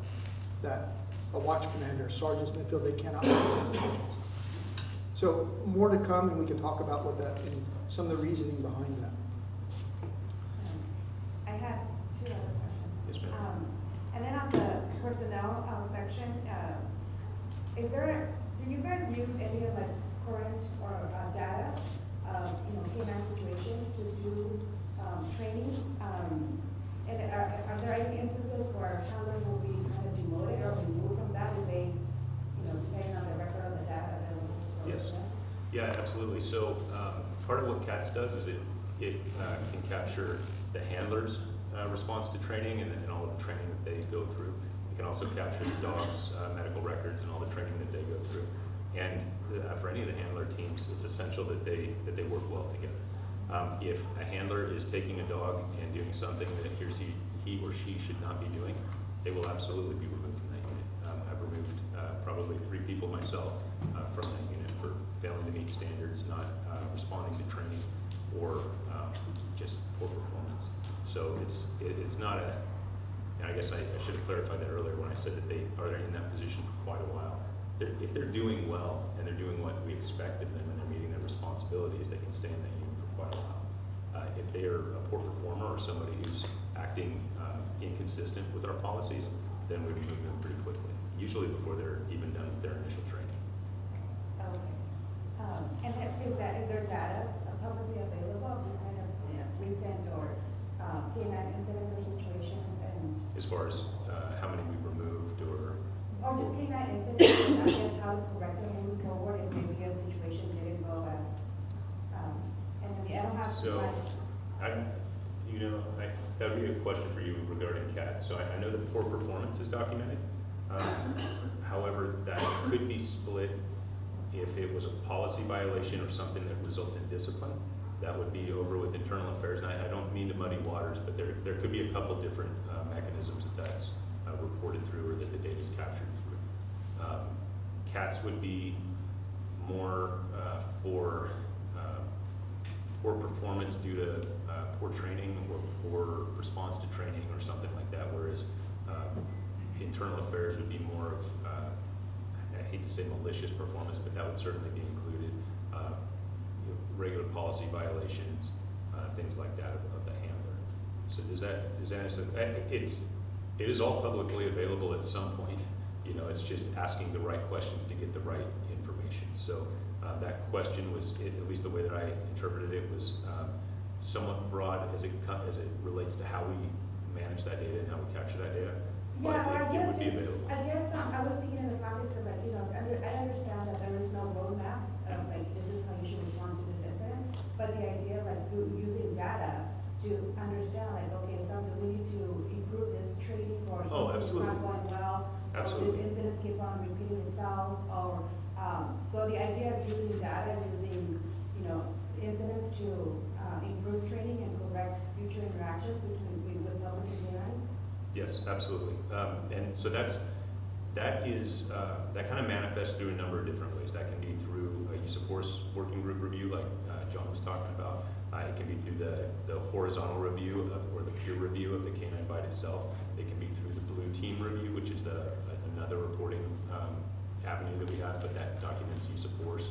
So the supervisor, when they take that use of force report and they send it up through their chain and it goes up through the captain, anybody who spots a shortfall, or a gap in training or in, a poorly performed incident, brings that up and then it's trained to again. So we want to make sure that anytime a gap is exposed, that we close that gap as quickly as we can through training.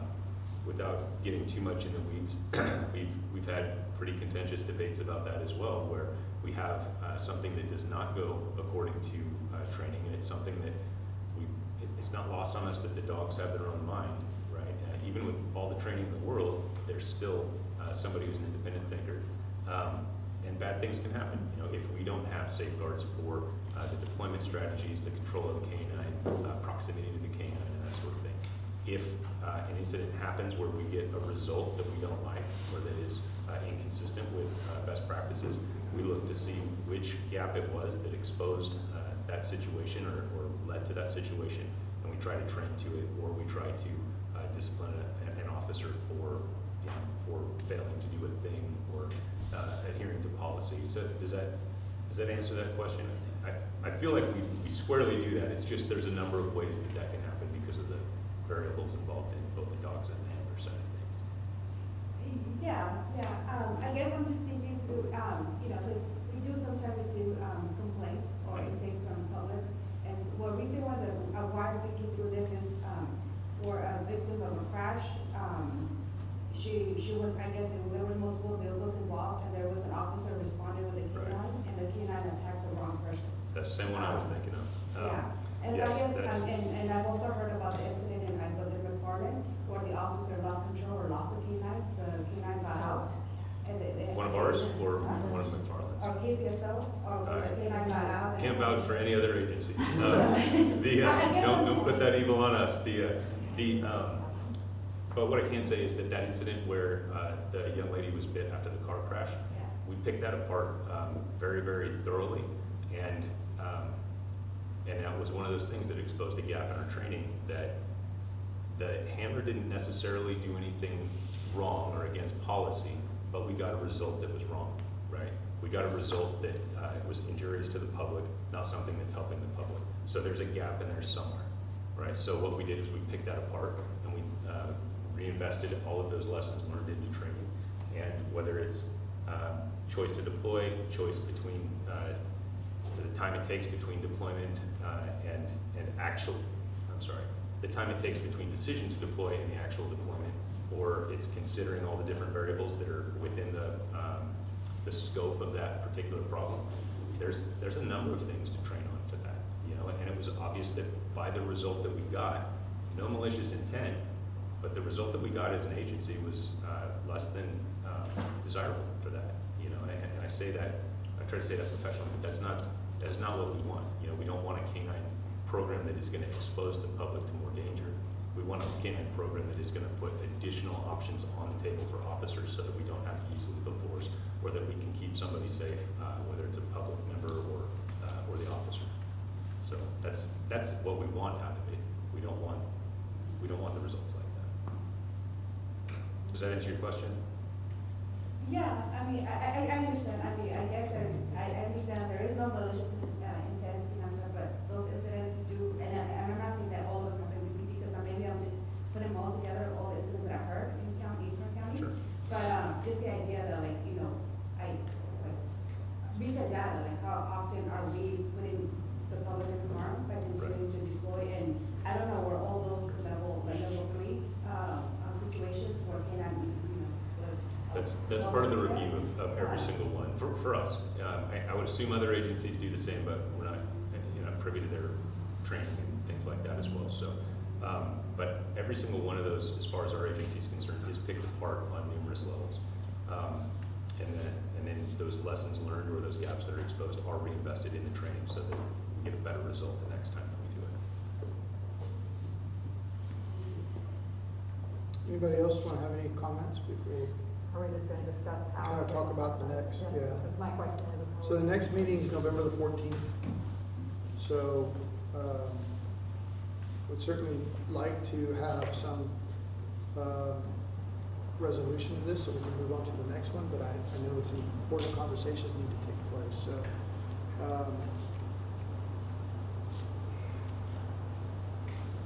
Can the CAP have their review of the current, most updated draft and be ready to have that dialogue or discussion with us at the November meeting?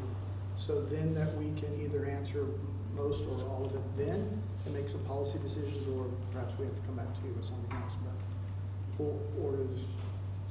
How are you feeling about that in general, that timeline? Yes, sir. Should we not be able to, using the new system, go in and write Yeah. our comments or write Yep, that's what I was questions on gonna, that? yeah, And that's then what I was when gonna we come suggest. in next- As we next work time, through this week, as we can get Conveo nailed down on how you wanna use it, then that should you expedite guys a can lot of review stuff. and just submit comments through Conveo so that we can get ahead of and understand what needs to be addressed at the next meeting. I would certainly appreciate that. That doesn't sound like dialogue. That doesn't sound like what? That doesn't sound to my ear to be dialogue. No, so that we can be prepared to have that dialogue at the next meeting. Yeah. We will have received your feedback along the way so that we can be prepared to have that conversation at the meeting. If I found the right on, what's his last name? Klein. Klein. This is a dude from outside California. He's gonna be speaking to us in November. That sounds like a valuable resource, for us to hear from. I don't know that that's also gonna allow for sufficient time to dig deep into a canine policy with constructive dialogue. completely agree with them on that. That's part of the thing that's frustrating in this whole process, is we never have the time to actually go back and forth. And we can hear stories about how you disagree, but we don't get to do it with you. It takes time to do that. And freedom work, if that's a focus, maybe we can get a lot done in an hour if that's all we're doing. But I don't think, it seems hard to mix it with the speaker. It's about something else, you know, and it's sort of the same as all use of force, but it's not, I don't know, just think that we can't. You bring up a good point about the speaker. I forgot about that in November. Is that pretty set in stone, Jerry? You can always cancel it. It really was that, probably the. No, I think it's important in the context of everything. I want to have that happen. I agree with you have that, so I'm not suggesting that. No, it needs to happen, but I think that, I can check it in December. no, let's keep it like it is. But I guess I'm confused. Are you guys still open to updating the updated policy that you presented today? Yes, Okay. yeah.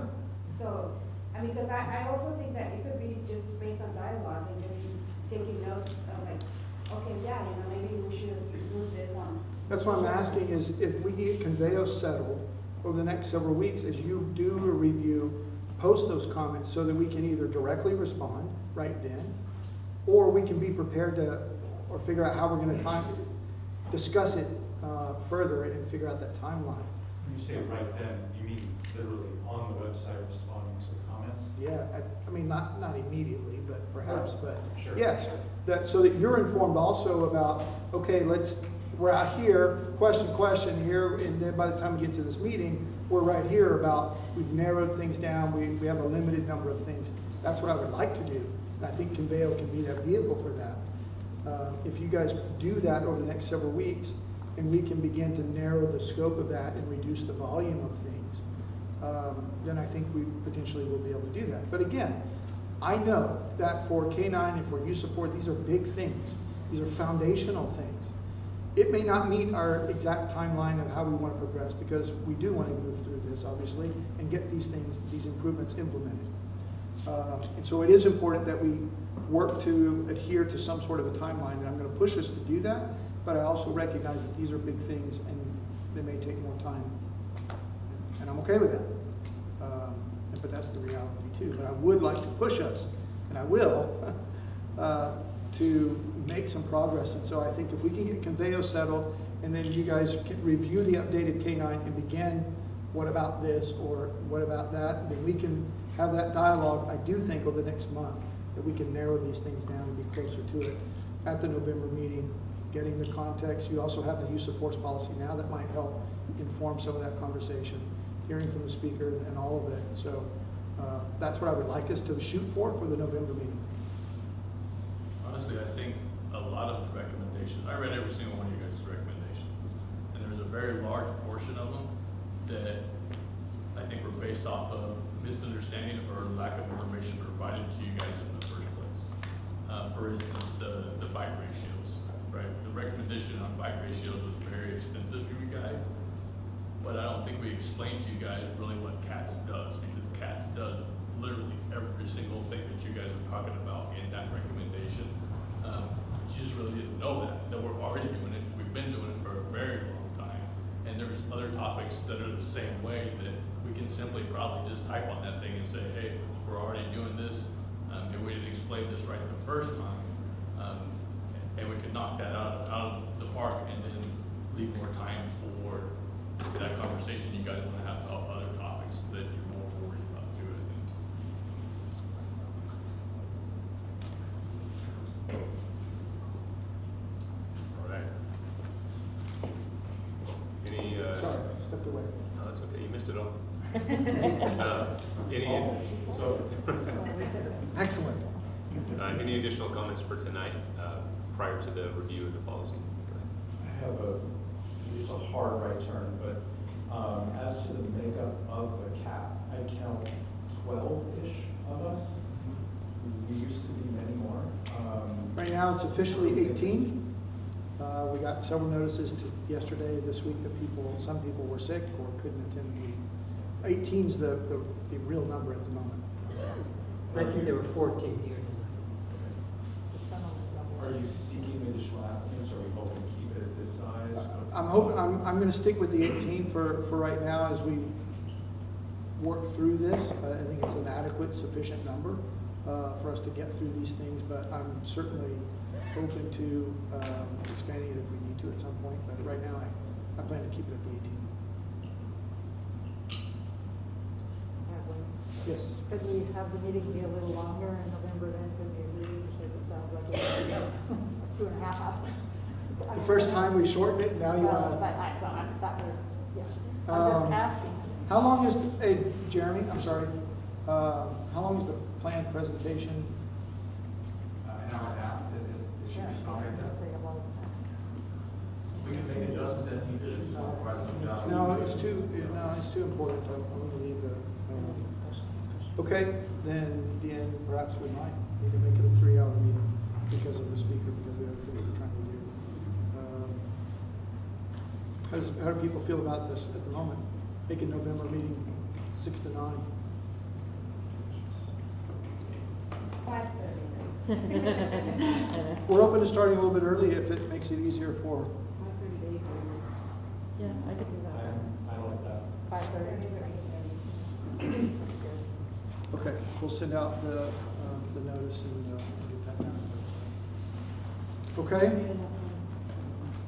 So we owe you the Conveo settling of the public comments, anonymous comments, and then we'll make sure that a draft, I'm pretty sure it is, a draft of the K-9 policy is on Conveo so that you can begin reviewing and making comments, and we can start this process in this online dialogue of sorts over the next several weeks, and we'll work to respond to those and provide clarity about things as we go as well. We'll get that settled for you, the Conveo stuff, and then we will plan to meet at 5:30 to 8:30 on November 14th. Can we also have this presentation on the way? Yes. Yeah. Yeah, and all the previous ones will be up there as well, and all the other stuff that we've done already.